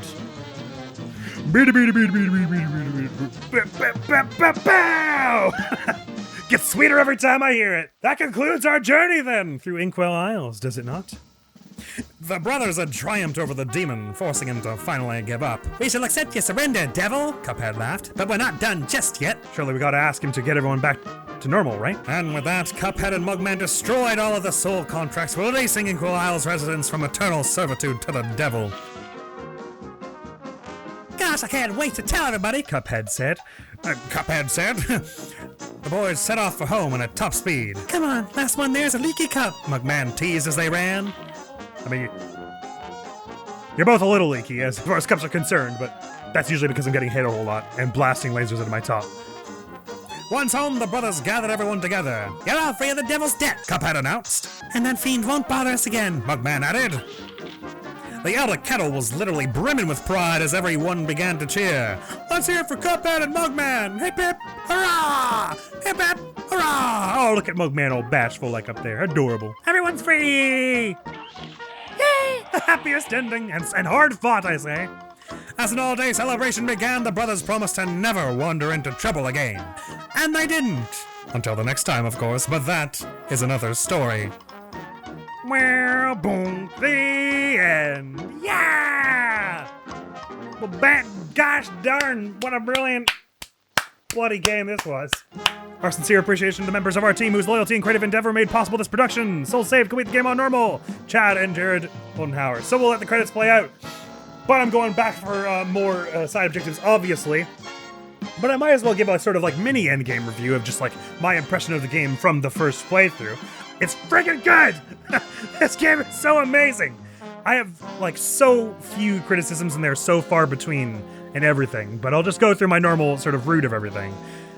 Where I go visuals and sort of design, and then I go sound and music, and then I go gameplay, and then I go narrative and vibes and everything, and then I end with any notes I have in my book. So visually, I mean like 10 out of 10, no notes. This game looks gorgeous. It absolutely perfects the style it's going for. I'm pretty sure it's all hand-drawn, which would have taken goddamn forever, and they still did it. So that's like outrageously impressive for one thing. But like it just is perfect with the style. The chromatic aberration on the text that we're even seeing in the credits here. The visual style of like all the cards that come up as the UI is beautiful. The character designs are amazingly inventive, and they do that cool thing that the that like old cartoons used to do where they like anthropomorphize objects in like weird ways, like giving the train at first it's a train with a face and it's trucking along, and then like the wheels like stretch out into big spindly arms and it runs around. Like there's just so much like psychedelic imagination that went into this game that it's like it's brilliant, and the animation is gorgeous. As far as I could tell, although the game holds at a pretty consistent 60, so long as you disable the VSync, the animation was about at 24 frames per second slash like on the characters it was in terms of their sprite work, but they were moving in 60 frames per second. And so because of the old style and going and animating at 24 frames a second and doing it hand drawn, I mean a second of animation like for like one of the bosses, for instance, could take like, the music was recorded in Toronto? Cool. I've been. Sorry, I lost my train of thought because I was like, that's so cool. I did sort of have the impression that Studio MDHR was Canadian, but I didn't know where. I guess they could have been, the developers could have been from all over, though. It doesn't, just because they performed the music there doesn't necessarily mean. Anyway, I lost my train of thought because I was talking about the visuals. Oh, right, yeah, so like 1 second of animation for like the bosses, especially with how like, how consistent the animation is, how smooth it looks, and how many frames of animation per second to give it that old style, and how consistent the style and scale and everything is. How long do you think 1 second of a boss's animations would have taken to draw? It could have been like a week at least, right? So like the sheer like terms of like people hours that went into this game must have been absolutely outrageous. And it's no wonder it's taken them this long to announce the sequel, because if they are putting the amount of quality into anywhere near the amount of quality into that one as they did into this, it should take like 6 or 8 years, probably. Not that I know for sure, like, when the development started or anything. But sorry, my voice is a little sore. I recorded it for the past like week or so my voice gets unused to doing this. But yeah, so visuals, perfect. Music and sound design, again, they also took that like 1930s cartoon style to heart and ran with it and just made it the big band brass. That's all there is. There isn't anymore. It's, or is there? Or is there? Wait, hang on, shush, I'm trying to review. Stop cliffhangering me. But I mean, it's music, and it's insanely catchy. I wasn't able to, like, put a whole bunch of focus into it. Ooh, let me just pop back into my file here. It's brought me back to the title screen. 98% they call me, huh? The music is all amazing and gorgeous, and it is catchy. I wasn't really able to, like, appreciate a lot of it because, you're hectically panicking between and trying to battle and everything, right? It takes a lot of focus, but it's really cool. And if I'm not mistaken, again, kind of hard to say because I couldn't, like, stop and focus on it. Oh my god, this bothers me so much. It goes 1, 2, 3, 4, and then there's another 4 and a 6. Didn't even finish it out with a 5. I can't believe you would do this, King Dice. Oh yeah, see, this side goes 1, 2, 3, 4, 5, 6. Why didn't you do it on this side too, huh, King Dice? Anyway, hard to say because because I was, focused and panicking through all the fights, but I'm fairly certain that some of the fights had sort of dynamic music where it would, like, change phase to phase and everything, so it would pick, like, a reasonable time to swap the verse and everything. And like Wally Warbles, when he swapped to fighting the kid, it does a little Flight of the Valkyries or whatever it's called. Flight of the Valkyries? Ride of the Valkyries. I always get it mixed up. I think I'm mixing up Flight of the Bumblebees. Ride of the Valkyries, surely. Anyway, it does that when you phase change, so I'm pretty sure there was some dynamic music that reacted to your gameplay going on, and there's weird stuff happens to the music when you use, like, the supers and everything. So the music's all amazing. The way it stretches to fit the mood of every fight is great. I couldn't really begin to hum any of it except for the victory theme, because it happens every time you fight, and in GOLLY 3 because I spent a while there in terms of, like, what the tunes are. So but I don't think that what I'm trying to get at is I don't think that's because the tunes were unmemorable. I think it's because I wasn't in a mood that was receptive to remembering the music. But I had this theme stuck in my head a little.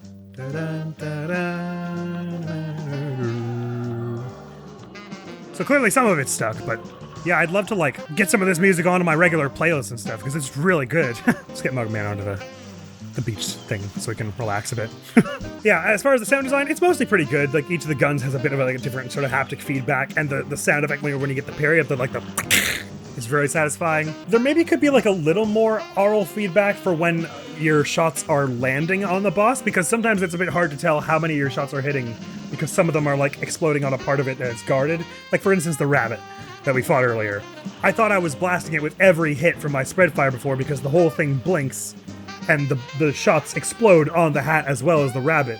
So it wasn't actually easy for me to tell how many of those shots were actually hitting, and in reality it was only, like, the ones right at the top. So some more aural feedback on how many of your shots are actually landing would be nice, but it would be a bit hard to do with how hectic that would make the soundscape anyway. But so I don't, like, hold it over it that much. But moving on to gameplay, I mean, phenomenal. As someone who has not played a lot of, like, 2D run-and guns like Contra and that, this is my favorite one I've played.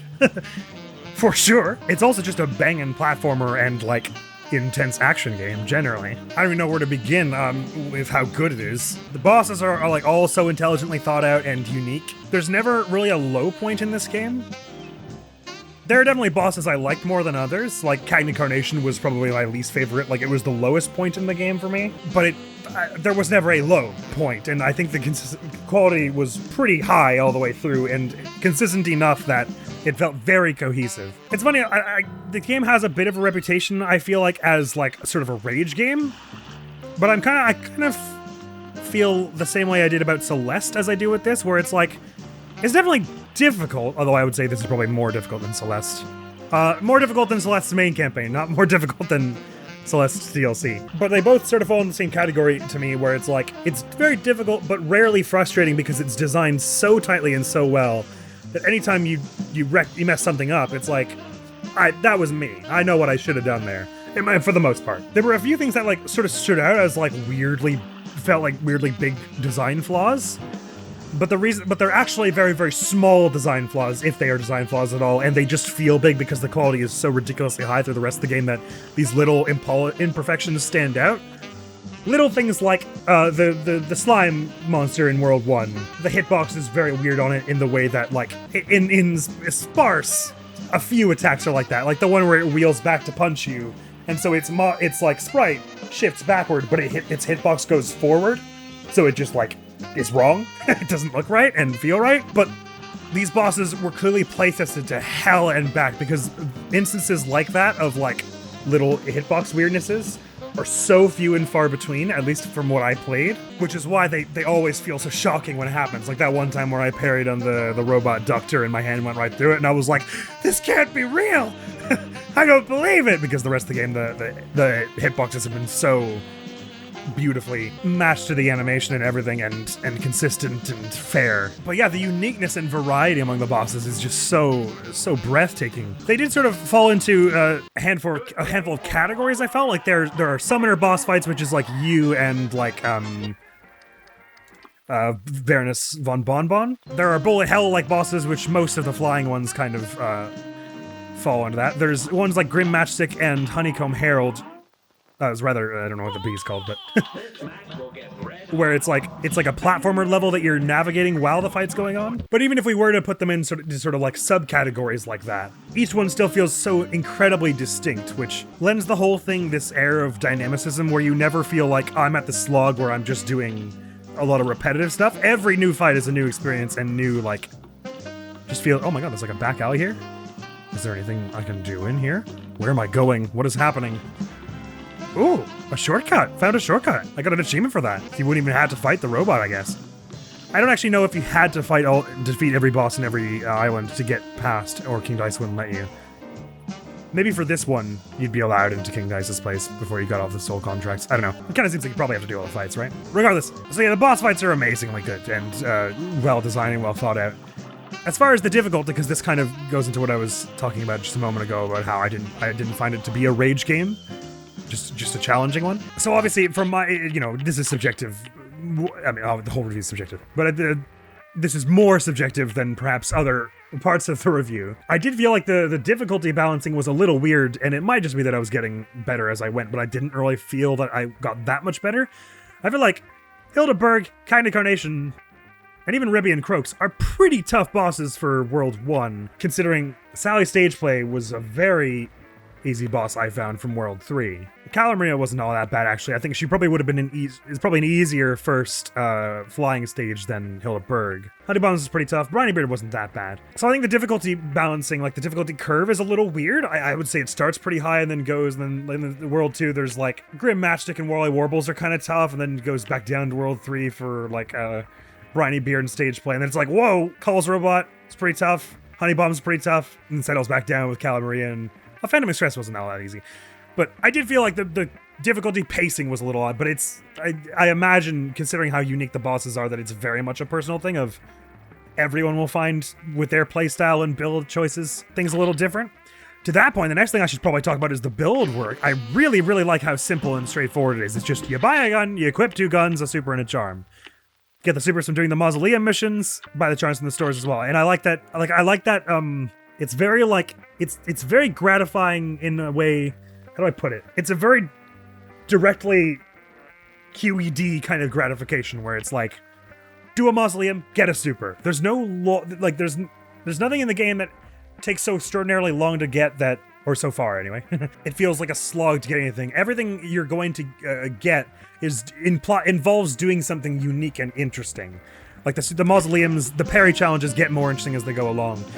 For buying stuff, you either have to do the side quests, which are all sort of unique, interesting things like get 4 parries in a row, or you find them around the platforming stages, which involves platforming sometimes in interesting ways, using the dodge in interesting ways that you wouldn't have thought of, or just like exploring around unusual corners behind foreground elements and stuff. So the way you unlock stuff is fun and feels very like it flows well with the rest of the game. I never felt like I had to go out of my way to do something boring or grindy to get more gear. And to that end, they give you a lot of choices right off the bat of the way you want to do your build. And from what I can tell, all the build choices are viable. All the guns have a use somewhere. Probably it's that way with the supers too, but I kept finding that the other two were because this one gives you invincibility not for quite as long as this one, but for like about half as long, and to do that and do a crap load of damage, it felt like this one was almost always more worth it than the invincibility. It'd be nice if I could take the invincibility on the plane missions, but that has its own super. Giant Ghost I didn't really find much use for, but I bet there is use for everything. So I like that the build craft doesn't feel stiff by any means. It feels very dynamic, and Admiral never changes his build once he's played it for 2 hours. Adorable. I still clocked that there were times where it was worth changing up my build and it was reasonable and easy to do so. That's the other thing is it's all modular, so you don't actually have to dedicate yourself to building in one direction, because it's not like an RPG where you like pick a stat to level up. As long as you've got a collection of things, you can swap it out at any time and experiment with to your heart's content with all the builds, which is nice. You see, the bosses are great. Running gun levels are fun too. They're always very unique, and I especially love all the gimmicky ones. I like very much the Funhouse one. That might be my favorite, with the swapping gravities. And to that point, who was my favorite boss of the whole game, actually, that we fought? You know what? I kind of might have to give it to King Dice. That was really cool. The mixture of the strategy elements plus the everything else. By the way, was 4 minutes 30 considered the good time ranking for that? It wasn't, was it? I don't think so. And in fact, it was the only thing I was missing before the end, wasn't it? Let's see, the Root Pack, they were fun enough as an introductory boss. Keep it going over Candy Carnation, Working Croaks. I know who it wasn't. It wasn't Candy Carnation. Baroness von Bonbon was cool. It was a bit claustrophobic, and I didn't love all the minion bosses, like the Waffle Gobstopper and all of them. Some of them were not as fun to fight as the others. Maybe the Clown was cool enough. I didn't adore all the later phases, and I thought the roller coaster kind of threw up the pacing a little in a way that I didn't actually enjoy as much as I was expecting to, but it was still a good fight. Jimmy the Great was a bit weird, the pacing of it. Grim Matchstick was very challenging, but I think quite a lot of fun as well. I don't know, they were all fun. None of them is like a really leaps and bounds ahead stand out as the most fun, but if I had to pick one, I think it probably would be King Dice. I just really like the way they mixed strategy with the action in that one. It was cool as hell. Again, with the pattern of the odd little thing that kind of bugged me, I feel that there probably should be an option. First of all, remap. I always love it when a game lets you remap the controls. Thank you very much, because I was able to change my EX shoot to right trigger and my dash to triangle, which was much better than me, because when all those that was on the face buttons, my big hands were hitting all the buttons, and I was like dashing at the same time as using the super by accident and stuff. So I just made circle nothing because I kept hitting it by accident. Maybe that's not just my big hands though, because like if you're trying to be ready with your thumb on the jump button and the shoot button, and you have to be able to hit dodge, it means you kind of have to hold your thumb weirdly to the side like this. If you want to put your thumb right over the triangle buttons that the dodge is easy to do, when you hit it, you're gonna hit the circle by accident. So, anyway, I'm glad that they remapped the controls. I would have liked an option to make dropping under platforms have a different command. Maybe tap down twice quickly would do it for me. I guess that would slow you down a little bit, but it being jump does not feel right to me. And this is another thing that I think probably a lot of people would find it. It's not that it's not intuitive, it's just that it makes it very easy to go down by accident when you press the go up button, which I think shouldn't be. So it'd be cool if there was just an option in the settings that was map drop through platform to a different thing, but it comes up pretty rarely. It's important in Rumor Honey Bottoms, Werner Vermin, and maybe that's it. I guess it could help you in Candy Carnation or something like that. But that was a little thing, and I would have not minded an option to disable foreground elements, because I kept blocking my goddamn view, which might have been intentional, but it didn't really feel like it. Especially in Hildeberg and the chips in King Dice's one. But also in Baroness von Bonbon, I kept feeling there was a potato at the bottom of the screen. I guess it must have been behind a foreground element because I didn't see it until it was too late. So even though they are very gorgeous and add to it hugely, it would have been cool if in the visual options there was an option to disable foreground elements. But it might be there to add to the challenge, but I usually felt like it more added to annoyance than challenge. Because it was just, I had to keep glancing down to be did some enemy run in from past the foreground elements yet? In the grand scheme of the game, not a huge deal, but in certain instances it can be very aggravating and really set things back. But the long and short of it is the gameplay is great. It's snappy, the movement feels excellent, the build craft is amazing, the boss designs and mechanics are so incredibly tight. The pace of the game with the overworld feels nice and clippy, but there are still little secrets to find and things to do. side quests and stuff to undertake, so it's not just a pathway between levels. Probably the last thing I will say about the gameplay, although I should end it on a higher note, because this is not a less high note, is that VSync, man. It might just be a personal thing, but like I found it like borderline unplayable when the VSync was messing with me and like changing the frame rate mid-battle and making it so that different items moved at different frame rates and things. It genuinely was like some kind of psychological weapon. Like it made me like unable to think in such a huge way, and it ground me gears. As I'm sure you were able to tell from episode 2. And now I'm not like an expert on like PC gaming and the history of visual effects and everything, so I don't know if, so VSync mostly is to avoid screen tearing on lower end machines. But it will detract from your performance, I think, a little to have it on. But I don't think I have ever seen a game where having it on could make different entities move at different frame rates and stuff. That was so trippy, and I have to assume it is an unintended thing. Like, what I assume the reason it happens is somehow some kind of performance saving thing. Like if the game feels like it's using up too much memory and it's about to lag the game, it will lower the frame rate so that it's still the game writ large still runs at 60 frames per second for the logic and everything, even if the characters visually do not. I would be a little surprised if it was because of my PC specs. Not that this is the highest end PC there ever was, but it doesn't seem like it should happen anyway. It's the long and short of it. I'm not technical enough to explain why I don't believe it should happen, but the fact that the frame rate like changes between different entities mid-fight and is different between different characters mid-fight was distracting enough to me that I felt it was detracting from the experience. Once I turned it off, it never happened again to that degree anyway, and it was totally fine. Nor did I notice any screen tearing, so off was definitely the way. And I think it wouldn't have bothered me so much if the game like picked one. It was either everything is at 30 frames or at 60. But because it was like changing over and over again, it was like screwing with me subtly. I think perhaps, and the reason I assume it's unintentional is because if it were intentional, I kind of I struggle to imagine I'm the only one who it would mess with that hard. And so you would think if they knew about it and they knew it could mess with you, they would default to VSync being off, and when you turn it on, there would be a little warning that would say, this may cause a jittering effect in the screen. So that tells me that it's an unintended thing, and I'm kind of... It's the sort of thing that I'm a little surprised flew under the radar, I guess. But maybe it's just something weird with my PC, I guess, I don't know. The VSync was like the biggest problem I had with the gameplay, but again, that aside, the game design was like near flawless in most aspects. Oh yeah, I think it's a little weird that the ranking...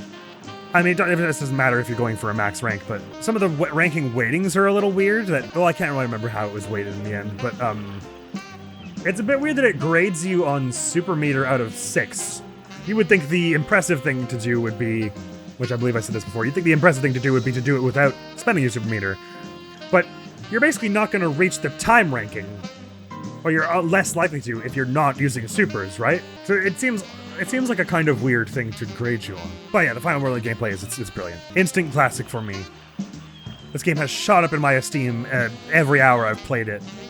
Probably could go in, it could easily go into my like top 30 video games I've played. This game is freaking good and just gets better the more I play it. So to close out the review portion with the narrative and vibes, obviously it's not like hugely narratively driven, but it's a very cute style, very matching the era. I love that you literally have to like fight your own vices in the end of like, you're fighting like dice and poker chips and stuff. The characters are all very cute, and like I said before, the designs are like so imaginative, and the world is such an interesting space. I may be getting like explanation fatigue from a lot of games I've played, where they feel the need to explain the lore behind like every little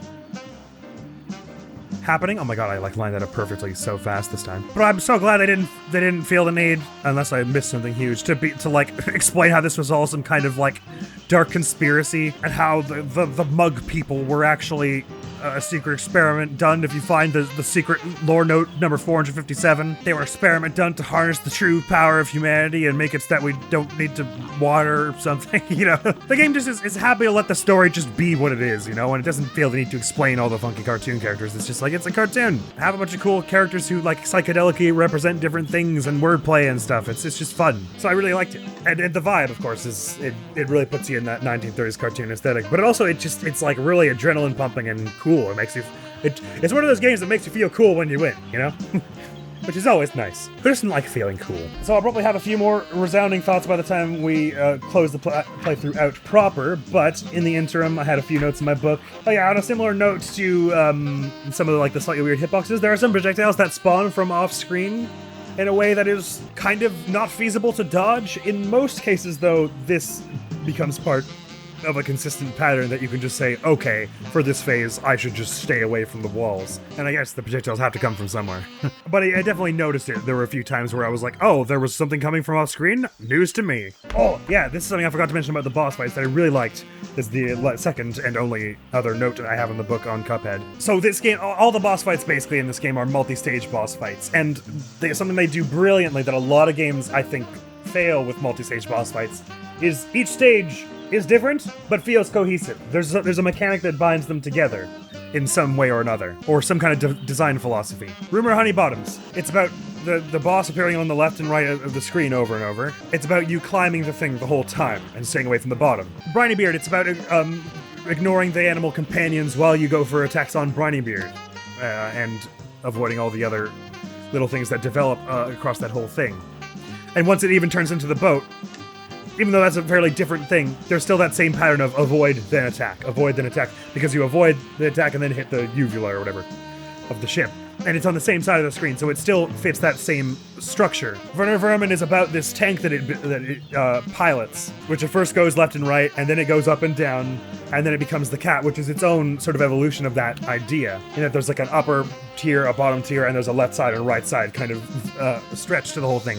The train is an excellent example of this. The central mechanic, of course, is the cart that you move back and forth, or that can get moved back and forth without your say-so if you let certain projectiles hit it. So even though the fights change and they get dramatic new attacks from phase to phase, there's a core identity that binds each phase together so that the fight feels cohesive the whole way through. And I think that's something a lot of games with multi-stage boss fights do not get right. It feels like multiple boss fights stitched together, just that you have to do all in one life, basically. I would say Soulsborne's sometimes I feel like do this thing a bit, where they're like, aha, now that you've taken down the first health bar, here's its second health bar, except there are 6 more of it, it grows 20 arms out of its chest, and it flies from the ceiling now, and the dragon comes through, and it's like, okay, well this is just a different fight than what we were doing a minute ago. None of the same moves are here, none of the same, strategy applies. You just had me do 2 different fights without dying. What the hell kind of choice is that? And this game does really well in making cohesion of the boss designs. Oh, actually, something I forgot to mention before in the gameplay section was, I understand the urge to keep away from health counters and numbers that spew out of everything, because the game is visually there's a lot going on enough, and it also roots out a bit of the drama to just know the precise numbers behind everything. And similarly, it would root out some of the drama to be able to see their health gauge, I suppose. It's more exciting if you're waiting for it to go, a knockout! So I understand not having damage counters or a health bar in the bosses. It shows you how far you got when you die, which is not, I'm cool with that. But I did wish I had an idea generally of which things were doing more or less damage. So it'd be kind of cool if maybe there was some kind of training room you could go to where it did tell you how much damage you were doing per second or something. Because without it, you're flying pretty blind to get a sense for how much attack power you're sacrificing, say, equipping this or swapping from the spread fire to the stars or whatever. So it would be cool if there was just some sense, because basically what you have to do to figure it out is pick one enemy, get a sense of their health, and then just kill them over and over with every configuration of gear to get a sense for how much damage you're doing, which doesn't feel quite right. But I'm on board with the idea of don't show the health bar during the boss fight so it's a bit more dramatic and, palm sweaty, digging your nails in your hand tension, and don't have damage counters numbers flying out of the enemies, because that makes it a little too clinical and not organic feeling. And that is about all I have to say for the end game review, because this is the end of the game, but not the end of the playthrough. What an absolute joy. You know what it kind of makes me want to do? It kind of makes me want to play, other run and gun type things, Metal Slug is one, right? And, Contra and them, to kind of compare it, because this game obviously takes a rather old school approach in that it's very simple, pared back, and just about learning the patterns and developing your skills, basically. So it feels like it has a lot of inspiration taken from the run and guns of that era, which in most cases I would have a frame of reference. When I played Celeste, although I haven't ever played a platformer quite like it, I have played other platformers that use similar mechanics and are tense, Ninja Gaiden has some tense platforming. The Super Mario Bros. Earlier Super Mario Bros. Games can be pretty tense. So I had them to compare it to, you know? And be like, oh, it's interesting what they did take from the classics and what they didn't. And how they built upon that idea with mechanics that you can do with newer physics engines and stuff, for instance. And I don't really have that frame of reference with this, but it feels like playing older ones like Contra will give me an appreciation for the way this is innovating on the genre, perhaps. And in the ways it is keeping with the genre's strengths. So that would be some fun thing for us to do at some point. Also, Contra's kind of a classic. I probably should play it at some point, hey? But I adore this game. This game is freaking good. And I am so excited to now go and 100% it. So the thing I've been kind of dancing around and not quite saying earlier, which you may have already noticed if you didn't already know about it, is that beating the game has unlocked us expert mode for all the boss fights, I believe. Now, I mentioned before on this channel how unlockable difficulties are a bit of a pet peeve of mine, and I wouldn't have minded if they were unlocked from the start, but the regular ones, they are fairly challenging, so I understand why the idea is that they don't want to discourage you from playing the rest of the game too early or anything, and there's a lot of learning you can get done on normal mode that will presumably carry over to expert mode. And it's just, we have to see. I'm actually going to play probably with the root pack on expert just in this video, just so I can get a sense of how different expert is. I'm assuming it's more or less like the same kinds of attacks and everything, except they have a bit more health, and anything that like sent 3 projectiles now sends 5 or something. So you just have to be a bit tighter, but you're using similar patterns to what you did before, is my guess. Which is probably how it should be. There are some games where higher difficulty just means different boss fight, basically, which I'm less fond of. But I'm gonna bet this game wouldn't do it. Oh, but man, the Devil's also got an expert version. That's what I wanted to check by going in here. It's quite cool, actually, that these two Aquahella areas don't have a simple version of them. Regardless, next episode we're going to be starting with the DLC stuff, because I just want to do them. I believe the DLC versions also have expert modes. So we'll have to clear the DLC, then do all the expert ones there. And what I was thinking was the trajectory of the rest of the playthrough would be, I would just be going through all the bosses. Oh, so I should mention, there is an S rank, and the way you get it is just fulfill the A+ requirements, but playing on expert, as from what I understand. I believe I looked it up, and that was what it said. So obviously that's going to be fairly challenging. So what I was thinking was the trajectory the rest of this would take was, now that we've unlocked expert mode for the world main stuff, we'll do the DLC, so we unlock expert mode for it as well, and then I'll just tackle go from hardest to easiest. Whatever boss fight I think is going to be the hardest S rank, we'll start with that one and just work our way down so it gets easier as we go along. So I'd probably start with, I'd probably start with the 2 finale ones, the Devil and King Dice, getting S rank on them, and then I'd swoop back to like Cagney Carnation, then maybe jump over to Grim Matchstick. Something like that, right? That's probably how we're going to be doing the rest of this playthrough, but the next probably 2 episodes will be us doing the DLC for the first time before we get into all that. But before I do any of that, I just wanted to try Root Pack on Expert just to get a sense for how much Expert changes things. So I'm going to assume there's something like get S rank on every level for achievements-wise. We got like 6 achievements today, though, didn't we? I also love how on the overworld you can tell what things are intractable because they wiggle with like animation, rather than being painted backgrounds. It's so charming. Sorry, lost my train of thought. Anyway, I'm not expecting Expert Root Pack to be, like, too hard here, but let's just try and beat it once. I'm not going for S rank just yet. But regular one, we did it. It was our first boss fight, and I cleared it on my first go, so assuming it hasn't jacked up the difficulty and complexity too hard, and now that I've got more weapons, we should be able to handle this, right? Right? Maybe things go a little faster as well. Oh my, okay, it's definitely faster. Okay, holy crap. Okay, well that'll be nightmarish for us to deal with later. Oh, I still have coffee on, don't I? Yeah. Well, I would have liked to have, oh, crikey. Okay, now my expert is maybe a heck of a lot more difficult than regular.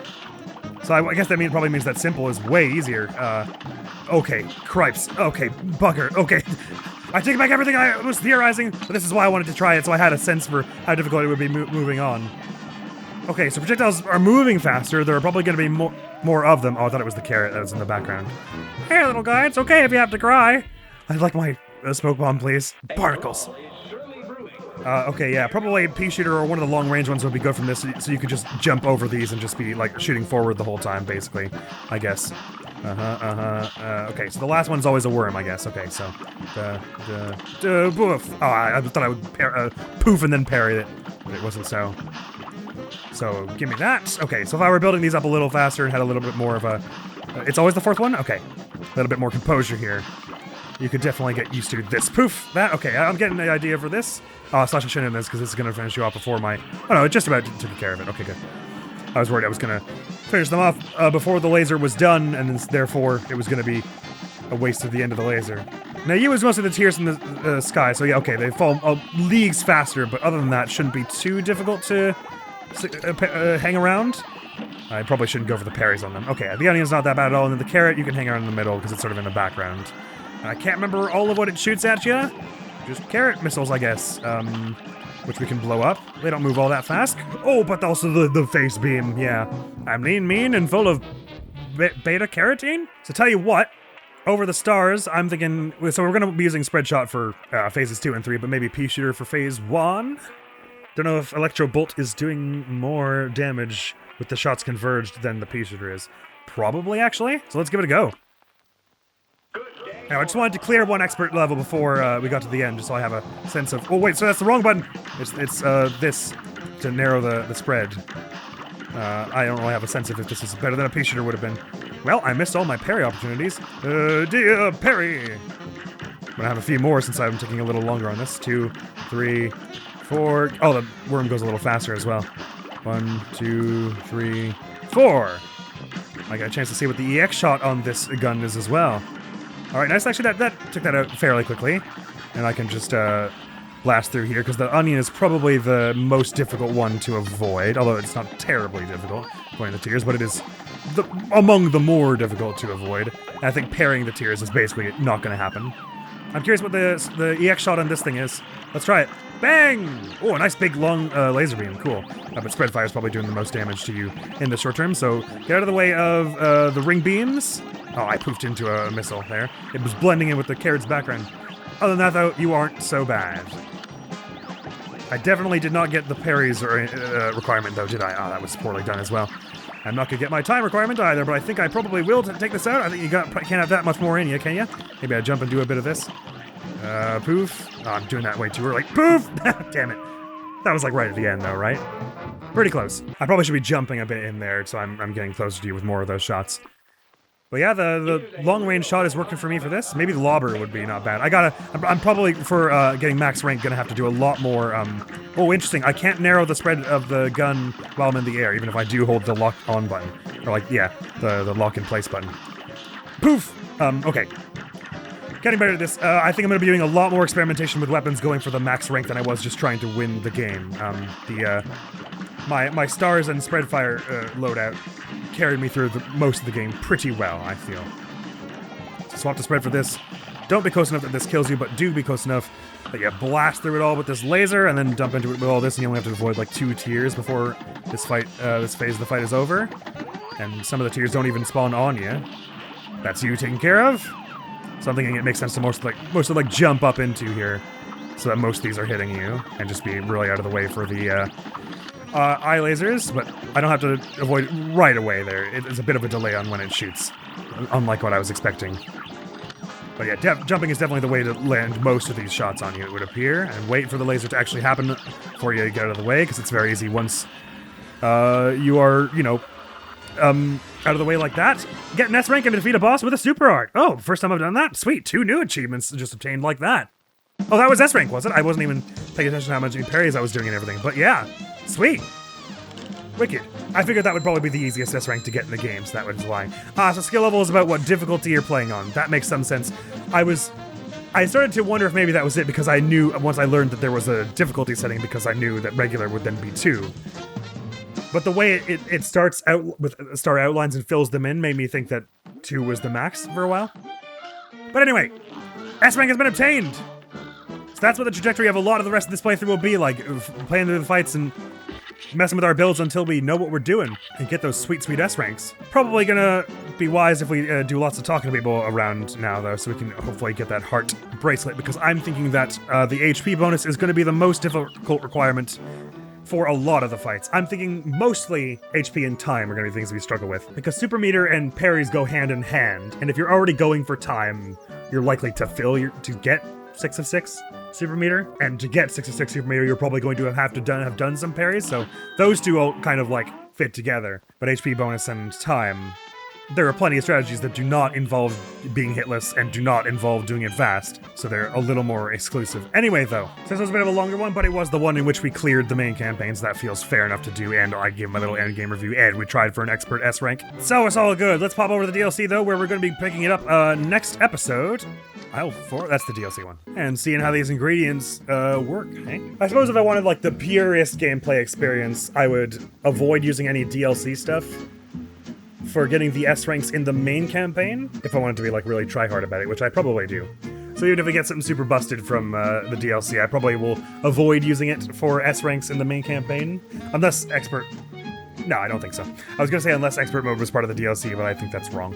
I'm fairly sure that was base game. Nonetheless, an endless pleasure this game continues to be. I'm so looking forward to getting all the S ranks. I think that's gonna be a very, like, focus-intensive and, like, intimate game experience, so to speak. You're gonna have to really get in with every mechanic and understand what you're doing for the end, and I'm so looking forward to it. I'm feeling like it's within our wheelhouse, because a lot of these fights I was able to get very close to an A+, even within, like, 20 minutes. So getting an S rank within, like, an hour and 20 minutes on some of the harder ones, probably not that unreasonable. I'm a little nervous about the demo, though, because some of that stuff was already pretty fast-moving. But the next video on the channel is going to be some more Persona 3 Portable. Thank you so very much for coming around. Hopefully I'll see you around. Admiral's gonna be out of here now. Peace! Same school, right? I can talk in your uniform. I'm kind of embarrassed to say this to you the first thing, but... Would you mind not standing so close to me? Because you're so thin and cool. People start thinking we're best friends or something. I'm going to end up as the uncool one. I think that's a bit harsh. Yeah, I thought you were